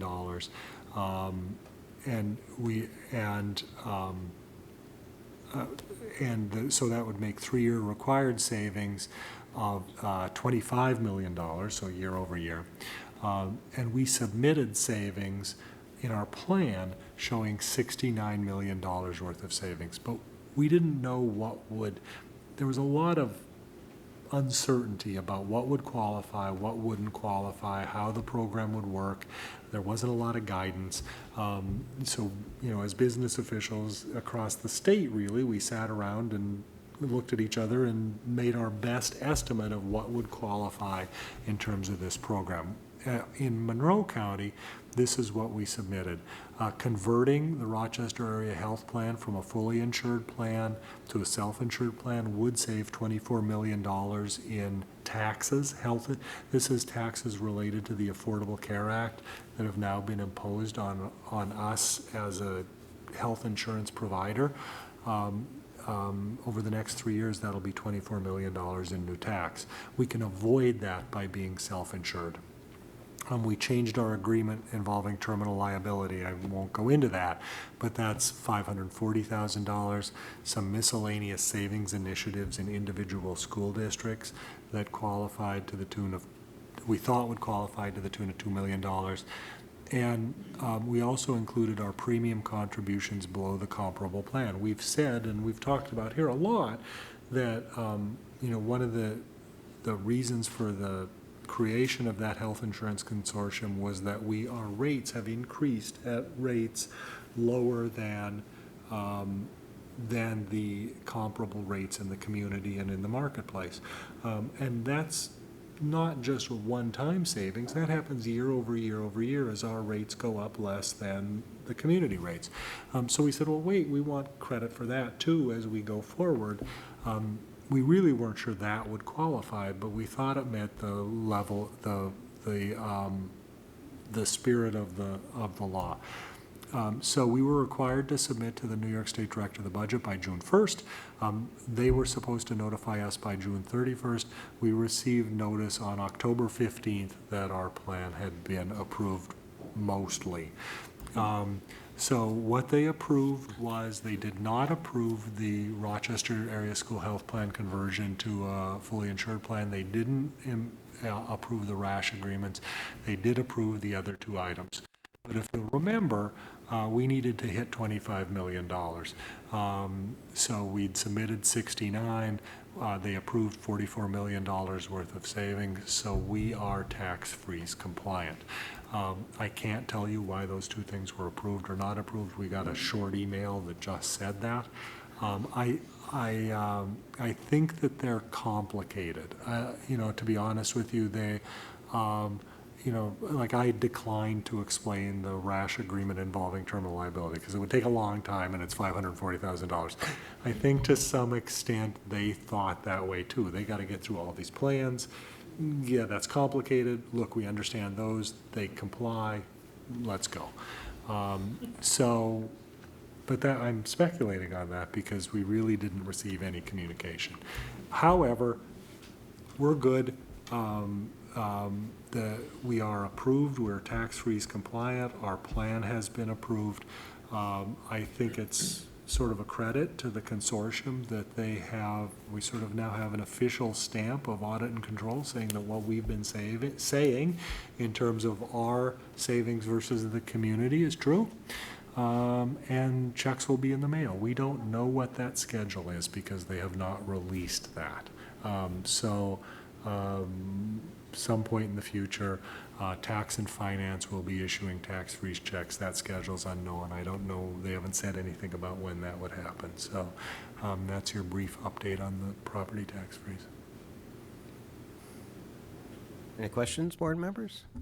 Great initiative. Thanks, Mark. I just wanted to point out that I laughed when Mark said that we had a due date and they had a due date, yet they came in 5 months after They're their sort due of, date. due dates are sort of slippery things when they're not ours. Yeah, all right. Yes. I think we've addressed the fact that Albany time and Rochester time are comparable to time between New York and Paris, and longer. Okay. We have, next up, Alan McNiff. I appreciate you being here this evening to walk through our facilities projects that took place over the summer. And so the public knows the board has started their building tours, and we've gotten to cobbles and transportation and buildings and grounds. and we'll be heading off to others a couple a month. And Alan attends those as well, out of your busy schedule. But we'll be keeping an eye on a lot of these updates and things that took place that Alan's going to talk about. So take a look at some of the photos as he goes through, because we'll see some of it on our tours. Thanks, Alan. Thank you, Tom. Much appreciated. And thank you for giving me the opportunity again to explain to you some of the projects that we did for this summer and some of them that roll into the fall, of course. A couple things I do want to touch on before I go through some of the more specific items that we did. We approach what we do from a project perspective from a level down approach. And that what I mean by that is the first thing that we're always looking at is safety and security. Okay, it's always our top priority when we're looking at projects. And then we're looking at our infrastructure, kind of the things that are crucial, things that are going to need that attention. And then with that kind of similar nature is the instruction piece. What are those pieces that are going to affect instruction the most? It's the health and safety. It's that infrastructure piece that affects instruction. And then finally, look at efficiencies, things that we're going to save money on our energy costs with, and so forth. And the last thing that goes on the list are some of those wants, some of those things that the principals desire that they think are going to improve the actual character of the school. So let me go through some of the, again, these are kind of the highlights that I'm picking. We do much more than this and beyond our normal operations and maintenance stuff that we do. These are the things that we've done for this year. So at Bay Trail, one of the music rooms, we replaced the flooring in there, went from carpet to VCT floor. We installed some custom wall pads for the gymnasium. Remember the capital project that we recently completed? We finished that with some custom wall pads for the areas that we didn't address in the project. We replaced the domestic hot water boiler. That's all the hot water for the building. Lockers for the new athletic storage room addition, and I'll show you a photo of that.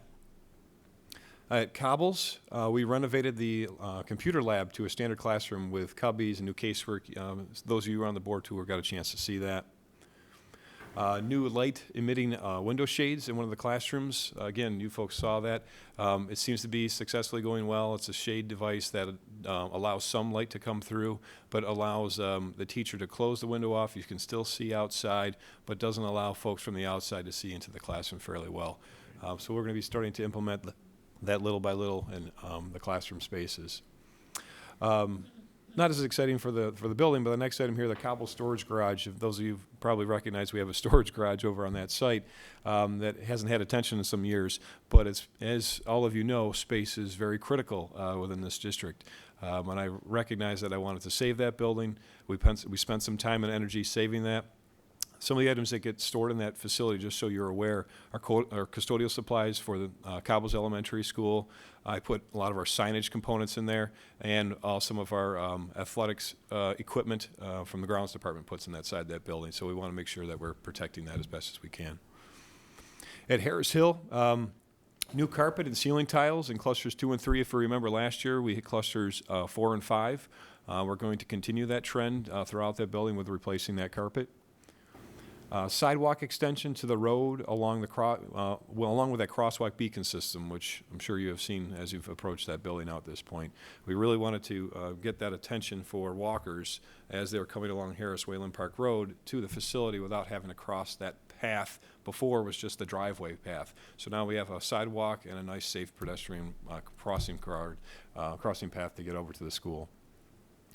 And if you remember from last year, we hit LED lighting wall packs throughout various buildings. I was only able to do half of them. This year we did the remaining half. And as we did last year, we received RG&E credits back on that. The credit did come down a little bit from last year, but we still obtained approximately 60% back on what we invested. So still worth it when it comes to the energy side too. We'll make up that remaining difference. Replacement of all the old exhaust fans that are on that building. Those are obviously for toilet rooms and things of that nature. The high school, it's a significant list here, obviously. The main lobby floor removed and replaced. The cooling tower, which is part of the AC system on this building, we replaced the center section and the fill packs. I'll show a photo of that and give you a little explanation of what that is. In the main kitchen, we replaced the makeup air units that provides all the fresh air inside the cafeteria or the kitchen space. TV studio, we abated the floor. We put new flooring in. We painted the entire facility as well. They've reconfigured the way that they're using that studio right now. Start of exterior wayfinding signage. I didn't include any photos. You've probably seen them as you come into the campus. I'm going to start to continue to build upon that little by little. We are going to do the outside. I am going to start looking on the inside too at some of the buildings. Some are better than others. If you recall, last year I had a signage audit completed by a vendor, which gave me some great data, some budgeting tools, and we're going to start implementing that little by little. But as you can see, I'm trying to create something that's very systematic, looks the same, and universal. Okay. Tennis courts, we had the cracks repainted and surface professionally cleaned. We added AC to the projection room in the auditorium. Elevator control upgrades for the elevator near the cafeteria. They're basically new sensing engines. Scoreboard replacement for Field 22, which is the field right behind us. Boys varsity baseball field was offline this summer. Excuse me, for turf quality. One of the things that we want to try to develop, and Pete Shambo has been really open to this, as well as Chris Bilo from the town. So we want to shut off our baseball fields from every year, kind of flip them back and forth to allow that field to rest. They get a lot of usage. You have to let that grass germinate. So this year, we took it offline. We did a ton of aeration. We've done some field dressing. We've done some things to try to reinvigorate that field, if you will. And you will see that we are in the process right now of we added asphalt behind that whole area where the dugouts sit, but we're in the process right now of building a new batting cage. We're going to continue to build upon that field a little bit for some of those things that the baseball folks have been asking for. New ventilation for the jewelry making classroom along the art wing. She had some new equipment in there. We've kind of helped with that. And of course, our Home of the Patriots sign that we added to the stadium. At Indian Landing, LED lighting at the entrances and wall pack lighting, of course. The cafeteria and stage, we added a new sound system. Library, the reception desk was replaced. Main office rooftop unit was replaced. Replacement of all classroom door lock sets. And I have a photo to talk about that a little bit further. And the music room carpet was replaced there. At Scribner, we refinished the gymnasium floor. Cafeteria and stage, we did the sound system replacement there. Replacement of the domestic hot water boiler at Scribner as well. And various sections of ceiling tiles replaced. District office, we replaced the rooftop units that serve the main lobby and HR spaces. They were beyond their useful life. They basically failed on us this spring. So we implemented replacing them with new equipment, more efficient, and so forth. LED wall pack lighting there, of course. There's a sanitary lift station over there that we put new pumps and controllers in there. The back entrance sidewalk, we replaced that piece. District-wide, you may or may not notice these things, but hand dryers, we've replaced all of them with new efficient accelerator dryers. People tend to use them more. They're actually more efficient, believe it or not, and they do a better job of drying. Exterior basketball backstops, boards, and nets. These are the outside ones at the playground areas for Bay Trail, Harris Hill, and Indian Landing. We're going to be installing them this fall. We'll probably finish them up in the next couple weeks. The various abatement, that are the items that we're addressing when BOCES does their 6-month inspections. I address those areas that are kind of the crucial needs and hit those as much as we can. Various door and hardware replacements throughout the district, HVAC control system upgrades. It's various spots throughout the district to try to tweak some of those things that we've had from the year before that we had some problems. Transportation and buildings and grounds, we painted the entire exterior of both buildings. We installed LED wall pack lighting, and we're in the process right now of putting a new furnace and AC for the entire transportation office suite, which you folks who were on the tours got a chance to see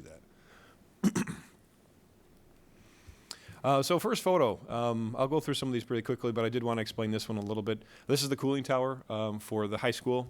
And essentially what the cooling tower does is the part of the hydronic system here. This system basically cools the water that goes through the building loop. How do you get rid of that heat? That goes through this piece of equipment. The water gets put up through those pipes, as you see, that goes into the top section. That gets sprayed down through these items that are called fill packs. And the fans extract that heat as that water goes through that fill pack. Well, what we did this year, because it was in need of replacement, was that entire section, midsection, was replaced on the cooling tower. So in order to do that, the whole system the entire area that you see right now, came down to the parking lot, tore the whole thing apart, put the whole midsection in, put it back on the roof. So thank you to the high school for understanding that we had no AC for most of the summer because of that. But it's important to stay ahead of it because I'd rather not have AC for the staff in the summer for a month or so than not have it when we need it. Again, at the high school, the kitchen makeup air units, both of those rooftop units you see right there, they provide the new fresh air intake and heating for the kitchen area itself. This is the new scoreboard we put on Field 22. Indian Landing, this is the main office. They've had problems for years and years with the temperature inside their space. We've controlled that. We've balanced the entire area now, and we've put the new rooftop unit on it that's much more efficient than what we had previously. These are the custom mats that we put in over at Bay Trail. It's a football team. It's still messy, but it still looks pretty good. But we've installed the entire locker assembly there, too. It'll actually be used for football and lacrosse. In the springtime, we actually work together with the football team and the lacrosse team about what's going to work for them, but also work with the other sports that are also storing their items inside that space. Very exciting boiler here. We did 2 of these. This is the new Indian Landing reception desk that was installed. We had that built.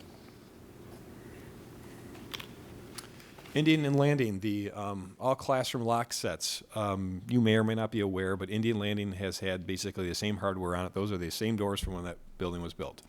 Well, the hardware that's been on those doors has been failing over years and years, and so much so that it's actually has caused injury to some of the staff last year. So we had enough money to address and replace all of the lock sets for all of the classrooms. So I actually was able to purchase the intruder-style lock set, which basically has the functionality of locking from the inside as well as from the outside at the same keying system. So what that means is traditionally a classroom lock set is only locked from the outside of the door. So you're in the hallway, you lock the door, unlock the door, and from the inside you just open and it opens the door. Well, what we've installed has the ability of, let's say we do get in a lockdown circumstance, the teacher is able to use their key from the inside of the classroom and lock that door facility. And we were able to get some good pricing, and we've installed all this ourselves. We didn't have a vendor do this. We had our staff do all of that. So it's a nice upgrade, and we'll be starting to look at that a little bit more for some of the areas at Cobbles and so forth as we move forward. And you can't see the shading on the slide for some reason, but if you see the clusters off to your right is 1, the second one is number 2, and the middle one is 3. So we hit all of the ceilings and the carpet in both 2 and 3. And as I mentioned earlier, we did 4 and 5 last year. So hopefully, if funds do allow us, as we move towards this next coming summer, we'd be looking at trying to do the cluster 1 on the left-hand or the right-hand side there at Harris Hill. This is just a photo of that walking path that gets you up to Harris Hill Elementary School and the new beacon system that we've installed there. District office, rooftop units, the replacements there. And Scribner. You guys remember what Scribner looked like? You probably haven't seen the new one. Maybe some of you have. On the right-hand side is the old finish in the middle of when they were sanding, and that's what it looks like now. So we did the same thing with Cobbles last year. We've basically hit all the elementary schools now. I think I mentioned at our board tours is I'll be looking at trying to do the stages for the elementary schools as we move forward next. One thing I'm going to point out before I get into the custodial side is none of this wouldn't be possible if I didn't get the support from Mark's office and the district office, with Tom's support as well, of providing us the funding to do this. This is a lot of work. It's a lot of money to do this, but it makes a significant impact on what we have within our facilities. It decreases some of our maintenance on some of those items if we stay ahead of them. And obviously, the buildings and ground staff and all of the custodial staff, some of the items that are listed there are not buildings and ground staff, they're custodians that are doing this work too. All of us, everyone works together as a team, and it's really been beautiful to see everything come together the way it does. And I did want to touch on this briefly, even though it's not a project, but I wanted to at least identify on the custodial and cleaning side. It's a big portion of what we're responsible for. We've implemented a few things and are continuing to evaluate and change them as we go forward. The first process that I wanted to really look at was the training program. We wanted to get everyone trained the same way, so we've basically derived a training committee. We have representatives from each staff at each. It comes to one committee that I have everyone kind of chair in, and then we have specific training liaisons for each school. So when we have a new hire, they get taught the same process, so that we have different people training people differently as we had in the past. We're revising our areas of work. What I mean by that is one of the vendors that we buy most of our custodial supplies from as a free service as part of our relationship, they've come through and done an entire audit of all of our facilities. They've gone to each classroom, they've gone to each room, they've identified what's in that room, what are the materials, what are the furnishings, and basically they have a computer software system that can do an analysis of this is the person's current work area, and how does that computate mathematically as far as time is concerned. So what we've been able to identify is that some individuals have areas that are bigger than others when it comes to responsibility based upon standards. So we're tweaking that and changing those areas of work to make that more of a balanced environment for each of the workers. And then finally, we're looking at, and we have been implementing new equipment, stuff that's new technology. It's more efficient from a time perspective, and does a better job at cleaning. So we're implementing little pieces of equipment as we go moving forward. So, but I did want to just highlight on that piece. And that's all I have with regards to that. Thank you for giving me the opportunity. Thank you, Alan. Any questions, board members? I know we will continue our tours, and we appreciate your taking the time to do that. And I think it's important for the community to recognize how comprehensive all of the infrastructure things are, and the amount of time and energy and cost involved with millions of square feet. So we appreciate you keeping us updated and the community updated, and look forward to hearing more. Thank you very much. Just, Alan, just in closing too, is I think about what we talk about with teachers all the time, which is high expectations. It turns around in great results from students, and your expectations for your staff and what you want our buildings to look like and the signage is obviously evident, and we're just lucky to have you as a district. So thank you. Thank you. Much appreciated. And before you run away, Alan, as I segue into the instructional data summary, a huge reason that I'm able to share the results that the board and the public are about to see is because of the condition of our facilities. We hear it a lot. Tom and I visit with every principal monthly, and my goal this year is to be in every building every week, so I see the work firsthand that's going on, not only instructionally, but the result of the work of you and your staff. The fact that our students and our staff take such pride in our facilities is a huge factor in the success that we have in terms of academic excellence. So I know I mentioned it before regarding the work over the summer, but has such a huge impact when our students have such pride in the schools that they come to. You see it in the clothes that they wear. I've never experienced coming to schools before where kids wear so much of their school gear all the time and love to do it because they're proud to come there, and in turn they want to perform for their teachers and for their school. So again, thank you. Thank you. It's great to hear. Glad to hear that. Thank you. We will now turn it over to Jim. He's I going to just start wanna with the point out, instructional data summary. Before I start, that I took some ribbing today from my colleagues about the length of my presentations. I would like it duly noted in the minutes that we are 10 minutes over time, and I haven't even started yet. So I'll talk fast. I am keeping track over here, though, so you do have to come in under Dr. Sansucci. A little faster. I keep track of everything here, too. So. And for the record, I can talk really fast, but if I talk like this, nobody's gonna know what I'm saying, so I don't really want to talk this fast. Yeah. Oh, No, okay.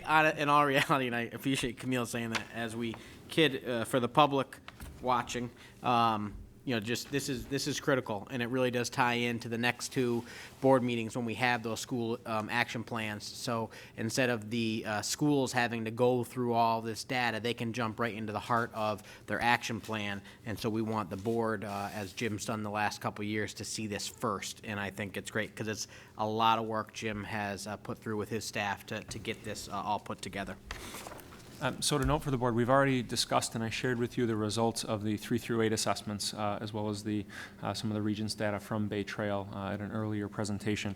You will note, though, that in your actual data summary report, the hard copy that I gave you, you'll see that data broken down by district as well as by school. One of the changes I made to the report this year, upon suggestion from the board at the end of last year, was to show each school as well as the overall district comparisons to Monroe County, our component districts, our 10 component districts, as well as to New York State performance, just to give us another reference point so we can compare how our students are doing on those assessments. I'm not able to do that with Regents data because the state has not yet released that, so I can't give you those comparisons at this point in time, and I'm not at liberty to also share the results comparative to Monroe County in terms of the performance overall. So I can share some data, but not all of that at this point. So that's why it's a little bit more limited in that regard. Just an overall review, this is the data summary for the 14-15 school year at this point.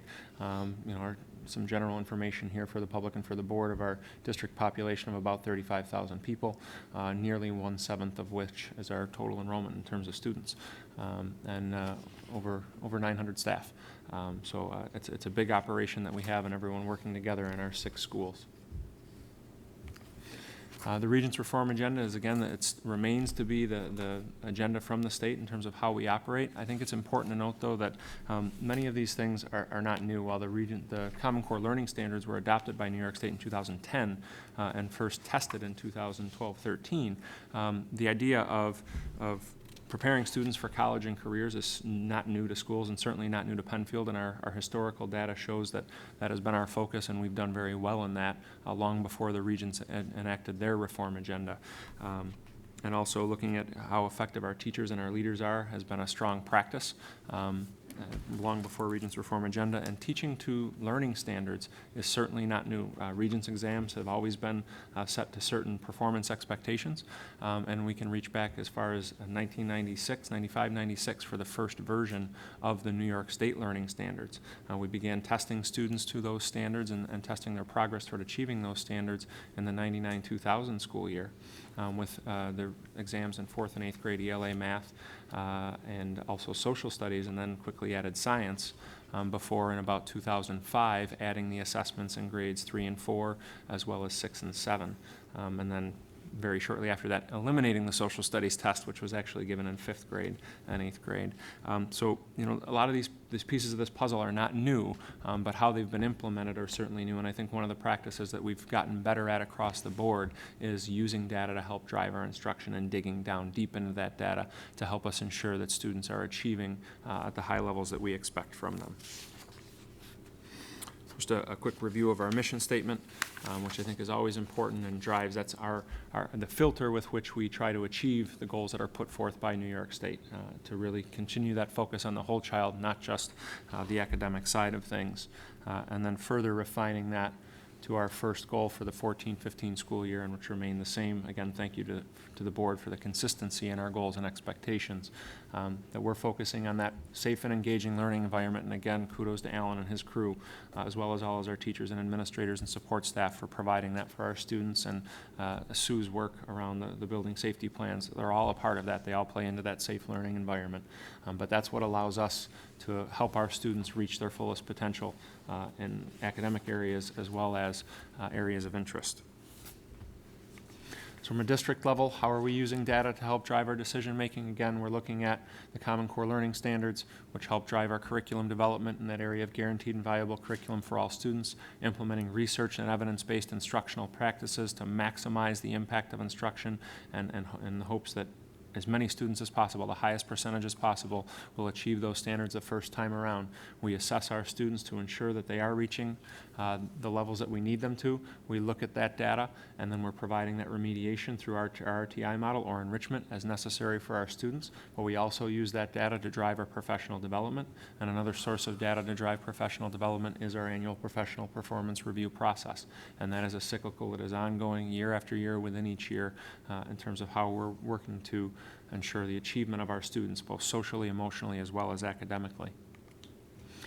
At the school level, it looks a little bit more like this, where we're always looking and striving to improve our student outcomes, again, in terms of academics, but also in terms of social emotional outcomes, civics, character education, improving the educational environment and reducing instances of bullying and other interactions that may be considered negative on the part of students. But we do use, in terms of an academic side, screening, universal screening tools, and you've heard of those. In the past, it had been DRA, However, now we've moved over to Next Step, which is we feel a more robust initial reading assessment for all students. And then we also have the iReady, which is an online diagnostic assessment. And by diagnostic, we mean that those universal screening tools adapt to student responses. So it starts out at the grade level that the student is assigned to, and then as the student gets questions right or wrong, it adjusts the difficulty level of those questions accordingly to really hone in on the ability levels, the strengths and needs of each individual student, and then gives us some detailed information in that regard. And then we also are using our iReady as one of our progress monitoring tools for our students who are receiving Tier 2 and 3 interventions for remediation needs ongoing. So that's our progress monitoring piece. In terms of our school and teacher-based decision-making, we always look to be evidence-based, so using that data to make our decisions, and we want to be responsive to the needs of our students. Again, the academic needs as well as the social and emotional needs. Of course, always trying to be as proactive as we can and not just reactive in that regard. And then in terms of our whole student view, we try constantly using that data as timely as possible and getting that data back into our teachers, and then trying to be as preventative as possible, looking at the trends in the data to try and prevent areas of deficit, whether it's social emotional deficits or academic deficits.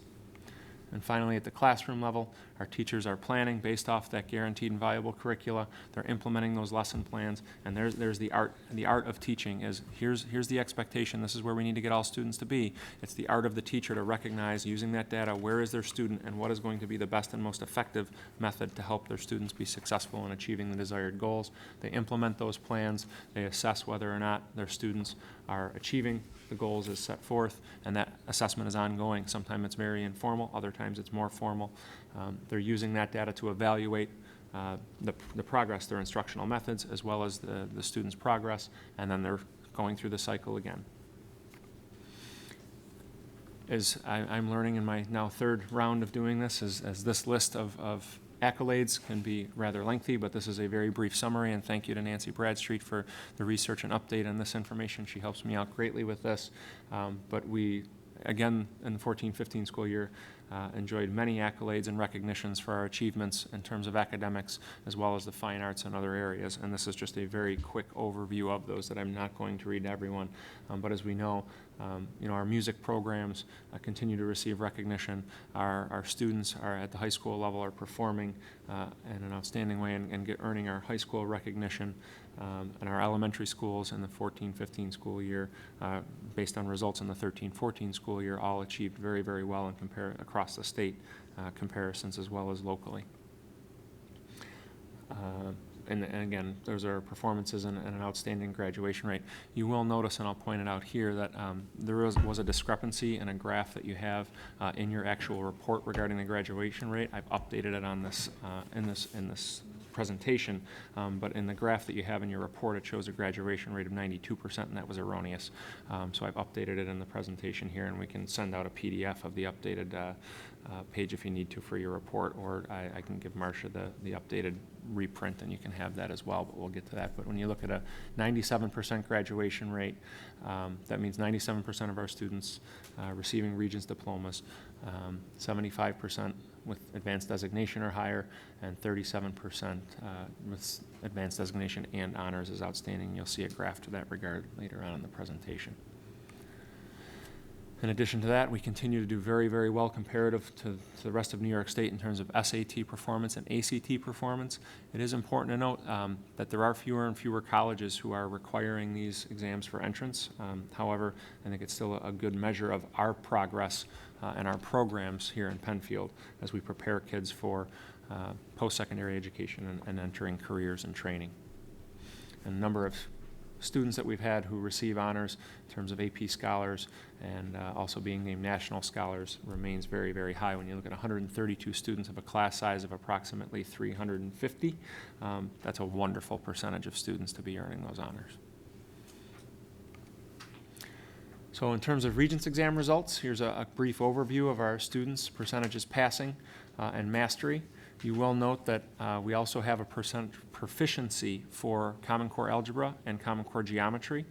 Proficiency is a slightly higher threshold than passing, and also the Common Core Regents exams are also, while they still are providing scores for now, in terms of a score out of 100, which is not necessarily a percent, and it's always important to remember that when we talk about a student earning an 85 on a Regents exam, that doesn't really mean out of 100. It is a scale score conversion. Proficiency is a little bit higher than that, and the Common Core exams there's 5 performance levels, which unlike the 3 through 8 exams, which have 4 performance levels, Regents exams and Common Core have 5. 3 is equivalent to passing, which is acceptable for now for credit and graduation. As of the class of 2022, students will need to achieve proficiency, which is a level 4, or mastery, which is a level 5. But that's the class of 2022, when those higher levels will be required at that time. And next year we'll be adding to that list, the English 11th exam will be Common Core. So we'll be adding to that data set as well. But again, our percentages are quite high and remain very favorable. And you have more detailed trend data, of course, in your report, which I shortened that to a 5-year look back. The 10-year look back was pretty far, and I eliminated some of the pieces that no longer seemed relevant in your report. But if you need more information on it, you can let me know, and I can provide that as well. Here's just a graphic of our ACT results, again showing consistently above the New York State averages. Our students doing very, very well. And similarly, with our SAT results, our students, again, performing well above the mean for New York State. And here's the graph of our graduation rates. And again, I think I still have a typo on that one, and it didn't correct. And this was I was trying to fix this at the last minute as Marcia and I were going back and forth on finalizing. So that should actually look at a 97% graduation rate. It should still be up that high. And so you can see, again, just a graphic representation of where our students, what types of diplomas our students are earning, and doing very, very well.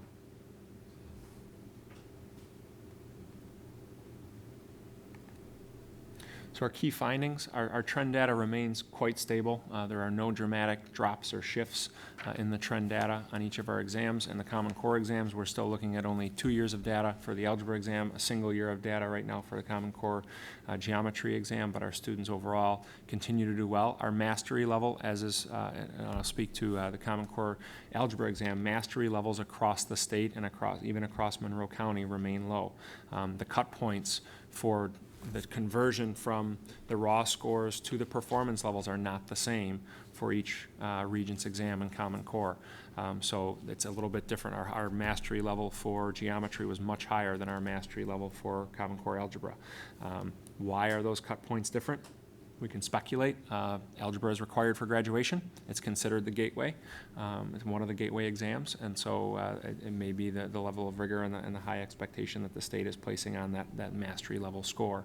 When the state implemented the Common Core Regents exam in algebra, they said they predicted well again, like they did with the 3 through 8 exams, passing rates would remain the same, and they pretty much did. They were very comparable to prior years, but the mastery rate is where we saw a dramatic shift from what we had done before. But I think as we continue, our teachers continue to become more familiar with the expectations for the Common Core Regents exams, they'll continue to make the adjustments necessary, and we'll continue to see our mastery rates rise as our teachers are collaborating in that regard. So what are our opportunities? Again, this should be a common theme. This shouldn't be new. We need to continue to look at opportunities and continue to build that guaranteed and viable curricula across our classrooms that are teaching the same courses at the same grade level. We continue to make great gains in that regard, and that we're able to do that, again, because of the support that we have from the board and the community to create that time within the teacher's day for collaboration and for the important work that needs to be done in that regard, looking at data, having discussions about best practices and what's working and what's not, and comparing those results. Our teachers continue to make strides in terms of developing common formative assessments to give them that opportunity to provide that data, to have those meaningful discussions about student progress. When we applaud that work, there's still a lot of work to be done, but our staff is working very, very hard on that, and I applaud their efforts in that regard. And continuing to look at the research and evidence-based instructional practices. that good first instruction to ensure that we are helping and differentiating that instruction to ensure we're meeting as many of our students at the level that they're at currently, but also then bringing them up to the level of expectation of the standards. And so what are we going to do? We will continue to develop that guaranteed and viable curricula for all content areas and provide that support. You heard about the amount of work that went through last summer. Already our directors are hard at work developing the initial plans for continued curriculum development and refinement during the course of this school year, but also the work that will go into the summer of 2016. That planning has already started. We'll continue, and part of that is, and they go hand in hand, is the development of the assessments to measure student progress within the school year toward achieving those standards, and continue to provide staff development for our teachers as they grapple with and learn and become more familiar with the expectations of the new learning standards. We need to continue to ensure that we're providing them with the necessary support and professional development and how to best help students achieve those high standards. And so we'll continue to do so. So our goal number one for this year has remained the same, and again, thank you. This language has not changed, and to that end, you will start to see some action plans from our principals, beginning with the next two board meetings. November 3rd, you'll see our elementary school principals here, again, a combined presentation regarding their school action plans, and then on November 17th, you'll see the secondary action plan presentations from our secondary principals. So. That was a very quick, down and dirty summary of a lot of data that you have in your packets. But if you have any specific questions about anything or any trends that you saw, I'll do my best to answer them now, but with the caveat that I may need to go back and do some research because I don't have that whole packet memorized up here. As Jim said, we've received a very comprehensive packet, but any questions, Camille?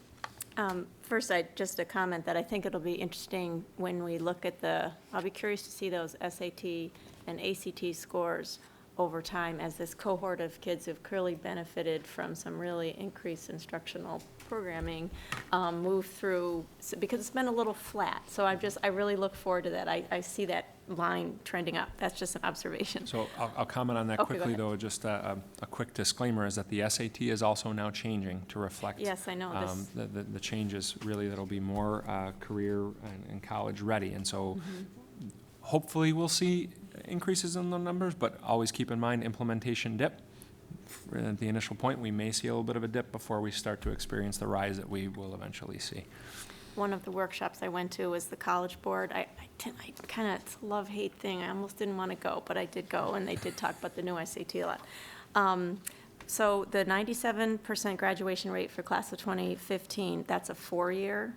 Yes. Okay, because I know that's kind of the way they want you to report it, but technically that could even be higher because sometimes kids need a Right, little as bit we more get through time. as we get through our kiddos who are in 5- and 6-year programs, that number can change. So that's That's neat. where we try to look back, and this was the first year I actually, I'll admit here that I managed the creation of this data myself because of some of the changes I was making, but in the past, this was something that Hillary would have helped me with.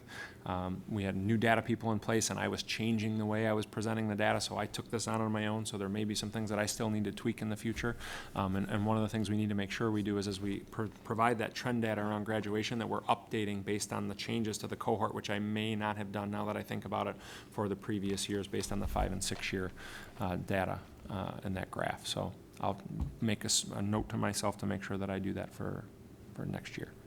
So now for my question. And it's a question that came up when Don Davis presented his workshop at the conference. Can you explain, because I think it's not intuitively obvious, what you mean by guaranteed and viable curricula? Sure, absolutely.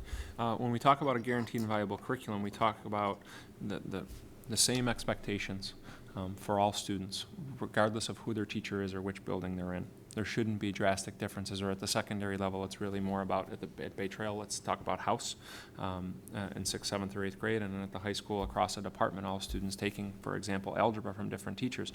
The teachers should be working from the same curricular guide. Okay, we know we're all working to achieve the Common Core Learning Standards regardless of course, but what is the roadmap that we believe will be most effective in helping students achieve those standards?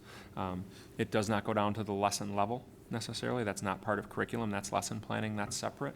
But guaranteed means that regardless of which classroom you walk into. It's not necessarily lockstep that on Tuesday at 3:10 you're going to see all kids in the same grade level doing the same thing, but it provides a range, and it provides a guide in which students should be engaging and achieving the standards.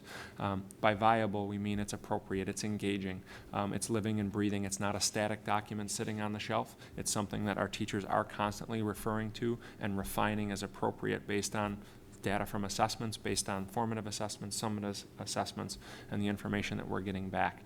And so it's that living, breathing document, and that's why we'll never stop developing curriculum. We'll never stop refining curriculum.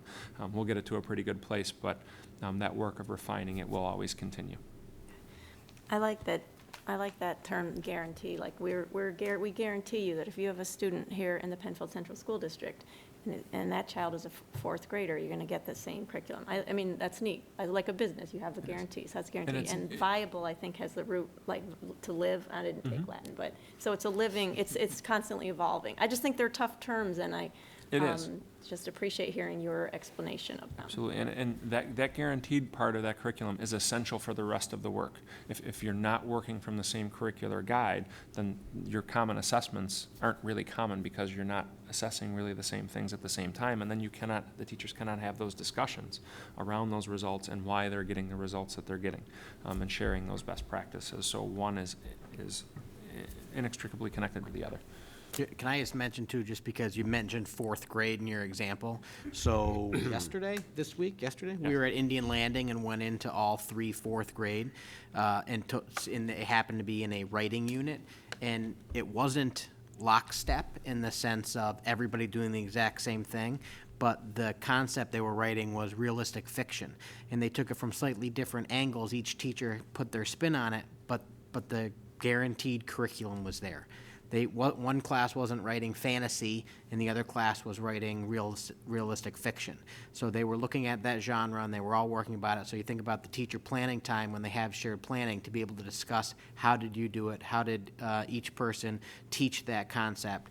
But it's really great to see, and we saw it earlier last week at Harris Hill when we went into the same hexagon of all the same class, and you see that. And that wasn't always the way it was, and that has to do with the big push we have with professional learning communities, and then Jim's continued focus on the guaranteed and viable curriculum. So it's a great thing to point out. And I want to say publicly, because I think it's important, that the modules which were provided by New York State are not our guaranteed and viable curriculum. Our guaranteed and viable curriculum is developed by our teachers at the facilitation of our directors who work with our staff through an understanding by design model to look at what are the expectations and work backward to plan effectively from there.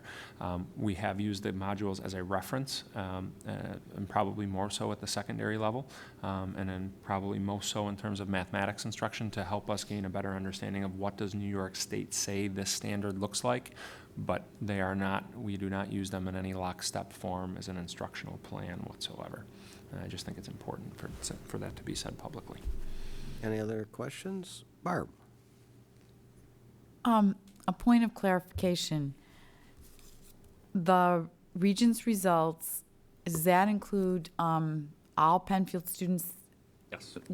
meaning that are at different schools? That's all Penfield High School students. Okay, it's all Penfield High School Yes, students. it's all of our students who are taking So here. we do not get, We do get results. data on other kids, but typically they haven't been included in this report, Okay. simply because we're not the ones necessarily, while we're responsible for their program, we're not the ones delivering that instruction. okay. And then the 3 through 8 kids, is that also just Penfield? Right. Okay. Yep. But the other kids that are Penfield kids going to other schools, you also have that information? Yeah. I'm just, years and years and years ago, I asked, and maybe because of this wonderful thing that we're now doing with the curriculum, if we, all Penfield kids, some being our own building kids, but district kids who go to other schools, if we could see how they compare at other schools, I'm just curious, is that something that could be down the road. Sure. That we look at. Yeah. Not that we need to pick out this one or that one, but Right. I think that if other instruction going on, if those kids are definitely doing higher, or maybe they're even doing lower, I don't know. That's something, I guess I'm confused on, are we talking about students with disabilities that are attending other schools? no. So when you talk about Penfield students and their grades, what other schools are you talking about that they're attending? There's Penfield, people who live within district, and there's people who attend our public school district. So the people who go to private schools are within our district, we're responsible for them. Well, we're not, They if don't- they're attending a private school, we're not responsible We're for not. them. Well, we're responsible, we're responsible for the education of all the students in our district, right? We're responsible legally for all the students who attend our schools. Okay, so then help me understand then, we no longer get their scores in our. Any of the private schools don't They take don't the administer Regents these exams. They don't have Okay, to and stat it's not only the Regents, but it's, Great as well. SATs. And they don't have to. They can choose to use those as a measure, but they can choose other measures. Similarly with a homeschooled student, with a parent who chooses Okay. to instruct their child at home, they're required to have some standardized measures of progress. They can opt to, like we've had in the past, and I've had it in other districts, where they can come and say, I want my child to take this test at your school, and we have to provide them, give them the window, and we give them a place to take the test if they so choose. But the non-publics are not required. I'm sorry, I thought you were referencing our students with disabilities who are attending other placements in terms of that Well, data. But yeah, that was part of no. it, but I guess I was under the impression too that students that were going to private school that were Penfield kids, their results of their testing would come back to us. No, because they don't necessarily take the same assessments. So it's just primarily the students with disabilities that are Those going would to be those would private? be the students, if they're taking 3 through 8, then I could get their data. Okay, Okay, thank you. okay, Jim, you can continue. All right, let the marathon roll on. Just an update, we recently had Superintendent's Conference Day on October 9th. It was a very exciting day, as Tom already alluded to. There was a lot of activity, not all of it unfortunately focused on instruction and things of that nature, but all in all, we did still learn a lot from the events that took place here at Penfield High School. So, but just a very quick snapshot of some of the opportunities and learning that took place here. We had Jeanette Atkinson, who was a former Penfield employee, former Penfield teacher, who now works for Monroe and Bosse's as an instructional specialist, who we have utilized quite a bit over the course of the last 2 years, provided half-day close reading workshops for our teachers in various content areas and for grades 6 through 12. Those were big workshops. We had upwards of 30 to 40 participants in each one, and it also included some of our teaching assistants who work with students in terms of academics and things of that nature, so they were able to participate as well. But our science teachers, social studies teachers, some of our English language arts teachers had the opportunity to work one-on-one with Jeanette, and that's part of an ongoing professional development opportunity that we've had working here in the district now for the last 2 years and will continue. And the kindergarten first grade teachers had a half a day to work with Lynn Rainey and Ed Turkowski, as well as some of the technology folks that support us. As you are likely aware, we kind of moved into an initiative with our kindergarten first grade classrooms to provide 6 iPads to each kindergarten and first grade classroom, including our special classes in that regard, as well as our librarians, so that they could begin to use that technology to engage students and provide instruction to students. And so we came in, and the technology folks talked to them about how to get free apps onto those pads and what the process would be for maintaining them, charging them, taking care of them. And then Lynn went through and worked through with the teachers how to access apps, and they did practice some app review and have criteria for determining which apps are acceptable to use and which wouldn't be, and that sort of thing. And then they shared best practices. Some of this was actually also led by some of our early adopters. We have some folks, Nikki Heinzler, and I'm going to Chris Sheehan, I think is the name at Cobbles, who also then led some of the professional development on that day with their colleagues to talk about how the best practices that they've been doing, because they had done some grant work earlier on to get iPads for their classrooms. And so our teachers are using them in many ways for learning center opportunities and things of other natures. But very excited. The staff was excited. Lynn had packed everything into a box for each teacher with the charging station and the iPad, and they've got the cases for them. And so as they walked into the professional professional development session in the morning. I'm very eager to learn that. They had the box there with their name on it, and they could open it, and they were commenting on how it was like Christmas, and they were so excited to get in and play with them.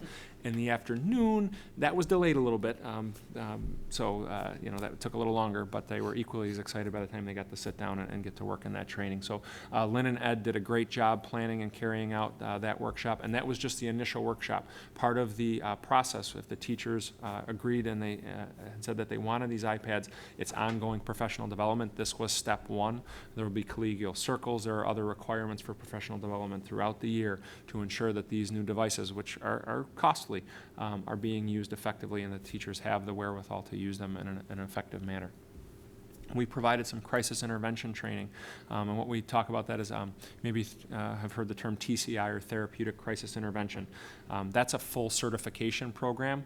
What we did with our TCI certified trainers that we have here in the district is we asked them to develop kind of an overview of the de-escalation portion of TCI. What does it look like? What are the signs that our staff can recognize when a student or another adult is escalating?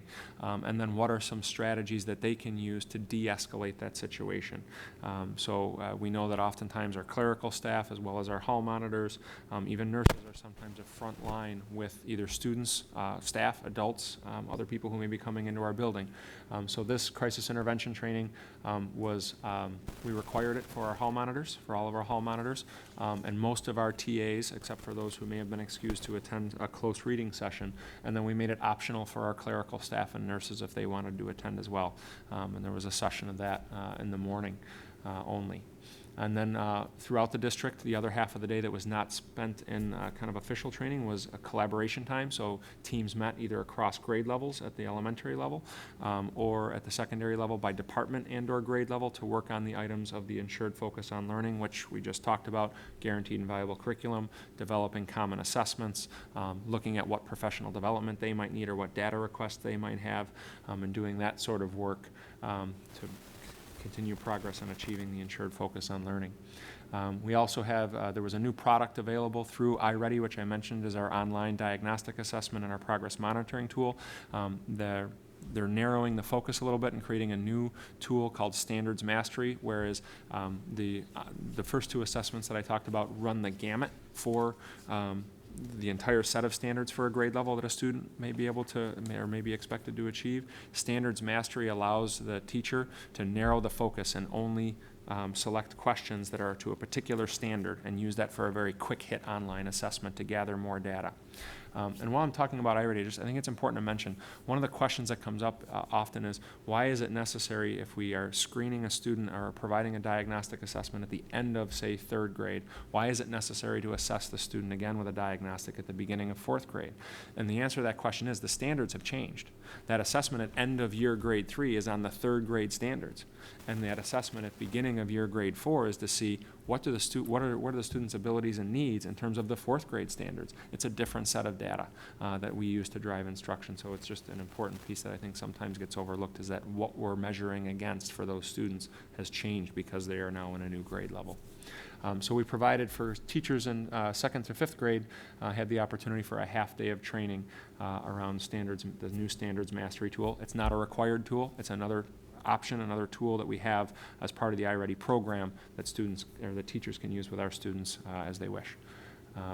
Then we also provided time for our TAs and hall monitors opposite that TCI training to complete their right to know training, as well as PD Now, which is an online kind of webinar on-demand professional development series that we purchase as a service for our teaching assistants. And we have pre-selected over the course of the last 2 years our principals, our administrators, as well as our special education administrators have pre-selected some and recommended some particular modules from that resource for our TAs, depending on their assignment to view and get some expertise on. And then that's recorded, and then the system prints a certificate that they've completed that training as well. So it was a very, very busy day on October 9th with a lot going on, and I can't thank Kristen Williamson, Nicole Whitehead, Ed Turkowski, Scott Dreschler, Lynn Rainey, Denise Lemke, Kim Crystal, everybody had a huge hand in planning and carrying out this day. The administrators had their hand in planning the day. Even our teacher leaders, our directors are going out and communicating, collaborating as part of that ensured focus on learning, getting that input on what to do with that time and how we can best spend it for our staff. They did a tremendous, tremendous job. We've already gathered feedback and are in the process of reviewing that feedback and starting planning and refining the plans for the next conference day on January 29th. And even today started conversations with the senior cabinet around when our conference days will be in 16-17 so that they can start planning for those as well. So we are looking to be forward thinkers in that regard. So it was a great day and I appreciate the effort. Questions? All right, last one I believe here. Update on Commissioners Regulations Part 154, English as a New Language, ENL, commonly known as ESL. I know that I've touched base with the board on this a couple earlier times, but I know that recently there were some other presentations from other sources that I think maybe got some angst going again, and it was probably high time that while we've updated on what the changes in the requirements are, I don't think the board has heard what steps we've taken as a district, so it was a good time to talk about where we are and what we've done. So just kind of a very brief overview of what the changes, and this is not all-encompassing, but certainly some of the changes from an instructional standpoint. There is a new identification assessment that used to be the Lab R and is now the NICETEL, and new performance levels. Instead of 4 performance levels, there are now, of course, 5, and where they've broken up those old performance levels. There are co-teaching requirements based on how students perform on that identification assessment, as well as the NICE SLAT, the annual assessment for our English language learners. There is, in the regulations, a professional development requirement, 15% for all staff, and including administrators, and 50% for our ENL or ESL certified staff or bilingual staff. We don't have the bilingual programs here, but that would be required for those. It is important to note that there is a waiver available for that professional development requirement. If your district has less than 1% population of ESL, ENL, LEP students, you can potentially qualify for that waiver, and we have applied for the waiver and submitted that application. However, we have not heard back in that regard. Regardless of the waiver, it's important that our teachers, not only our ESL teachers, but our content area teachers, are participating in that professional development. And that's something that we've been working through. We offered some in-house professional development. There's also been many offerings through BOCES as well as other providers around co-teaching and other ESL-related or ENL-related topics that we are encouraging our staff to participate in. I will say again that I think it's unfortunate that this is an example where we've been forced to implement changes to a program that was quite honestly very effective. We have outstanding ESL teachers who worked very hard, and our ESL children typically progressed out. When you look at our ESL population, our highest numbers are at the primary level. Our lowest numbers are at the secondary level because our teachers do a great job of helping our kids assimilate to the English language and then being successful academically moving forward. However, we're doing our best to meet these requirements, and I think we will make the best of it and continue to do what's best for kids. We also have 2 additional new requirements that are part of the new regulations that we didn't have before. One of those is a language proficiency team. And this is, I would say, in some ways comparable to a CSE, in that when you have a student who is potentially ENL, and also is a student with a disability, the language proficiency team is charged with making some determinations around whether or not that student should take the NICETEL and be identified potentially as an ESL student or an ENL student, and if so, should there be any testing accommodations provided in that regard? Or is it that student really doesn't have a language acquisition problem, but it is really a learning disability situation? The challenge with that is that's a required part of a new comprehensive plan regarding ENL. However, the state has not provided the guidance to the field on how the language proficiency team is supposed to make its decisions. In other words, we don't know what the criteria are for saying, yes, this student should take the NICETEL, yes, this student should get testing accommodations, no, this student should not take the NICETEL. And therefore, while we have had a couple of instances this year where we have started to put a team together and we've done our best to make the decisions, it's difficult to say that we have a fully comprehensive plan when we don't have that information yet. In addition to that, there is now also a process for misidentifications of students as ESL or NL students, especially in cases where they may be a student with a disability. Again, we don't have the guidance that's been promised from the state on how do we, when a claim of misidentification has been made, what are the criteria for making a decision either way? We don't know. And we also, I've asked many times, because we have a couple students who may be in that type of situation, can we apply that for a short period of time to students who may have been misidentified previously, prior to 45 days, because it may have been years ago. And we just don't have that information yet. So it's very challenging in that regard. And our plan, I'm saying, is in draft form. I know that there's policy that'll be coming up soon around that, but our plan's in draft form, and I won't say it's comprehensive until we have that guidance, and it'll remain in draft form. So kind of our overview, what steps have we taken in this regard? As you know, we have a population of about 70 students that are identified as NL students across the district. A vast majority of those are at our elementary schools. I would say it's probably about 50 of those 70 are at the elementary schools. 15, a dozen to 15 are at the middle school, and then 3 to 5 at the high school. Our population at the high school is very, very low. The challenge in that is we have 4 certified ESL teachers on staff. And under the old system and the old requirements, we were able to operate pretty well with 4. We had typically had 1 at each elementary, or 1 split between 2 elementary schools that had low populations, and then 1 split between the 2 secondary schools. The new requirements of co-teaching made that impossible. And so we last year made a shift because our numbers went up a little bit, where we reached out to BOCES for support, and we had a BOCES teacher supporting our ESL students at Harris Hill Elementary School. This year we increased that and added more support from BOCES because we had to fully shift 1 staff member to the high school completely to cover the needs of that low number of students. But with a co-teaching requirement, as well as some pull-out requirements, there wasn't an ability to split. Realistically, the conversation we're going to need to have in the future is, do we need to increase our internal staffing level for ESL in order to meet the requirements? In addition, when you have kids at the elementary level who are scattered amongst 6 grade levels, that's very challenging for one person to cover co-teaching requirements as well as any pull-out requirements in a building. We're doing a pretty good job of it right now. Our teachers are working very, very hard. One of the efforts we made to mitigate that was all of our ESL students are placed in the same classrooms. So K to 5 at each building, we have 1 ESL classroom at each grade level where we have ESL students, and they're not spread across not only grade levels then, but also across each section of a grade level. So this allows our ESL teachers to push into 1 classroom at each grade level and help co-teach in that regard. That'll help. We need to look at some other methods in the future if we are going to cut back on the BOCES support. We're going to have to continue to analyze how we place our ESL students, not only within buildings, but across the district in order to minimize staffing impacts in the future, especially as our numbers continue to rise and they're creeping up slowly. So that's really been the biggest change. At the middle school, incoming 6th grade ESL students were all placed in the same house. They're still spread out 7th and 8th grade. We didn't really want to disrupt them, but we're able to do it because our BOCES support is 2 individuals equating to a 1.1 FTE. So having 2 different people allows us to spread that out a little bit more.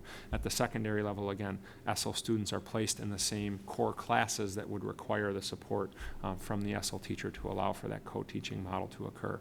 And we really have to make that placement once a student is identified as a potential ESL student. So that's typically the first trigger of that is a home language questionnaire, which parents identify what language is spoken in the home. If that language is not English, then typically a student's going to be placed into that ESL section at each building and each grade level, just in case. And that'll provide some additional support for those students if, in the fact, they don't end up qualifying for ESL services. They're still in a classroom with some support. That's been a major shift. The other piece is providing the professional development and offering those professional development opportunities, as well as putting together plans, and Scott Dreschler and Kristen Williamson have been working very, very hard with the SEAs around the language proficiency teams, and at least organizing them and doing the best we can to make those decisions for our students. And then what I have for you on the next slides is just as kind of an overview, and you can look at these. Across the top of this, as you see, the now 5 performance levels, and this is for K-8. And then you can see in here what are the service requirements based on students performing at each of those levels. And so this is what our staff are really working very hard to implement and meet. And it is certainly challenging, especially the way they're spread out right now across grade levels. And then you'll see a similar piece for our 9 to 12. The performance levels are the same, but the service requirements are a little bit different, and where those service requirements fall and what the minutes are that are required. So this has been a bit of a shift, and it's certainly been a challenge, but our staff is working very, very hard. Our ESL department meets on a monthly basis and works through this and talks about the challenges. Kristen Williamson, Sue Chauncey, the department chair for ESL and library, helps facilitate those meetings, and they're working very, very hard to ensure that we are doing our best to comply with these new regulations. Board Questions? members, any questions on that? It'll be interesting to hear how that goes and how the other school districts adapt to that as well. I know it's been a major concern among all of the school board members, so thanks for that update and the other updates. Yes? Oh, hi. Was this as part of our BOCES budget, the additional staff? or is This has that- been something that I really appreciate Mark's help. The board's definitely going to see an increase in the BOCES budget because we have added that support, as well as a few other items that became available opportunities for students, as well as this need, but it's certainly an impact on our budget. Right, which was mandated by the state, these requirements, which is probably good that we have this really great. Unfunded mandate. Right, unfunded mandate, right. I just wanted to point that out, because we were talking earlier about budgets and how we're so conservative in our budgeting, says these people, and then, And again, to a program, to a program that we provided for students that was very, very effective. Right. And that's the part that's tough to it's tough to swallow. We talk about the need for differentiation, and we hear that a lot. That when we ask our teachers to do a lot of differentiation, where we don't see that, ironically, is differentiation from the state in terms of requirements. When we have high-performing districts, like many of us are in Monroe and BOCES, we get hit with blanket reform and changes, to which there's no funding provided to support it, and it oftentimes doesn't have a positive impact for us.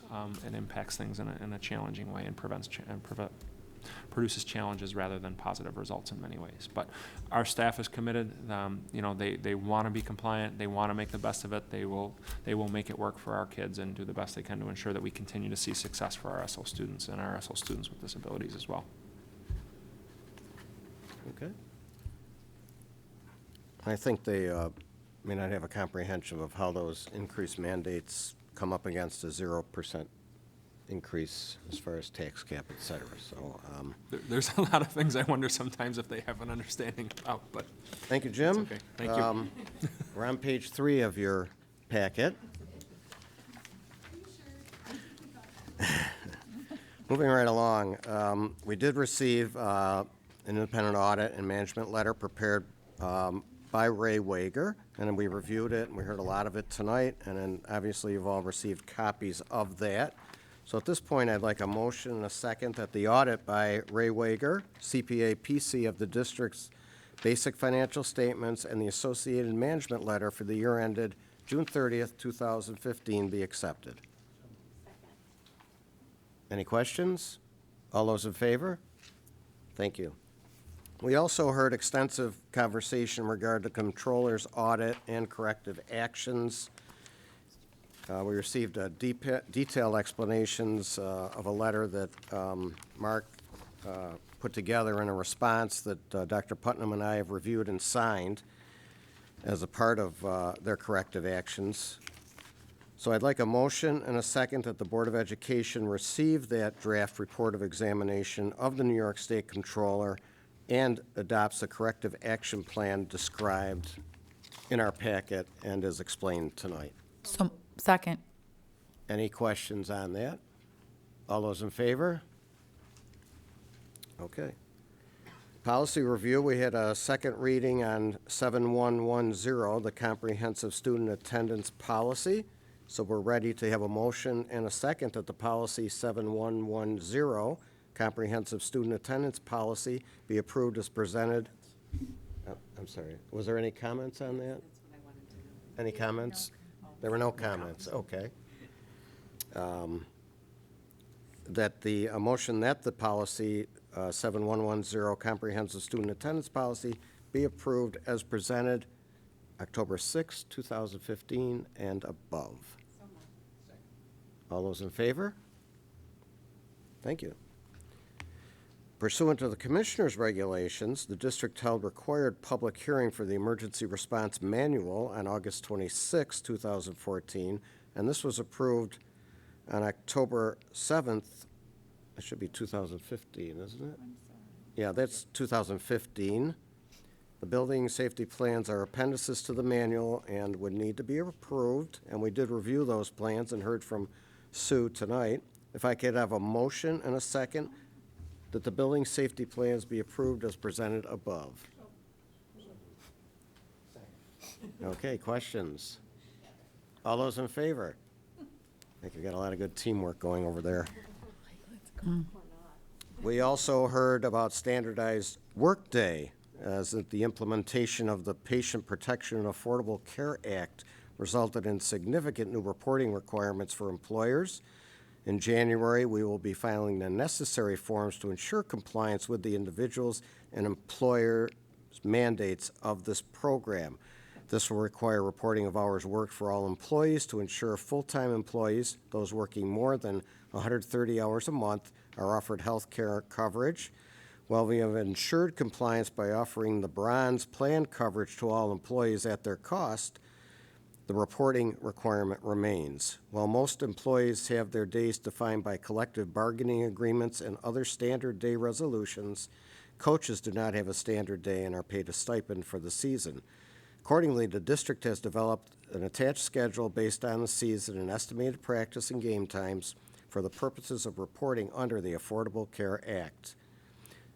We will need to adopt this standard to avoid the necessity of timesheets for these individuals. If I could have a motion and a second that the attached schedule of standardized hours be adopted for the purpose of reporting under the Affordable Care Act. So moved. Second? Second. All those in favor? Aye. Thank you. We did discuss the audit committee, and per the commissioner's regulations, we have to readopt the Penfield Audit Committee charter, which was in your packet, and this was reviewed and readopted with no changes by the committee on October 15th, 2015, and this was given to you in your packet for review. If we could have a motion and a second that the Penfield Audit Committee charter is approved as submitted. So moved. Second. We have co-seconds. All those in favor, signify by saying aye. Okay. Brief President's report. As you know, last year I was privileged to go to the National Association of Educator Negotiators to present a program on board staff relationships. This year I've been asked to co-present a program with our former Assistant Superintendent, Patty Gallagher, on district, Board of Education, and union relationships in a contract environment. And this will include a lot of things I plan on putting in there that we addressed last year as board members, and we had a lot of conversations when the contract was in the process of being looked at. So I wanted to let you know that'll be happening with our former assistant superintendent, and that was accepted.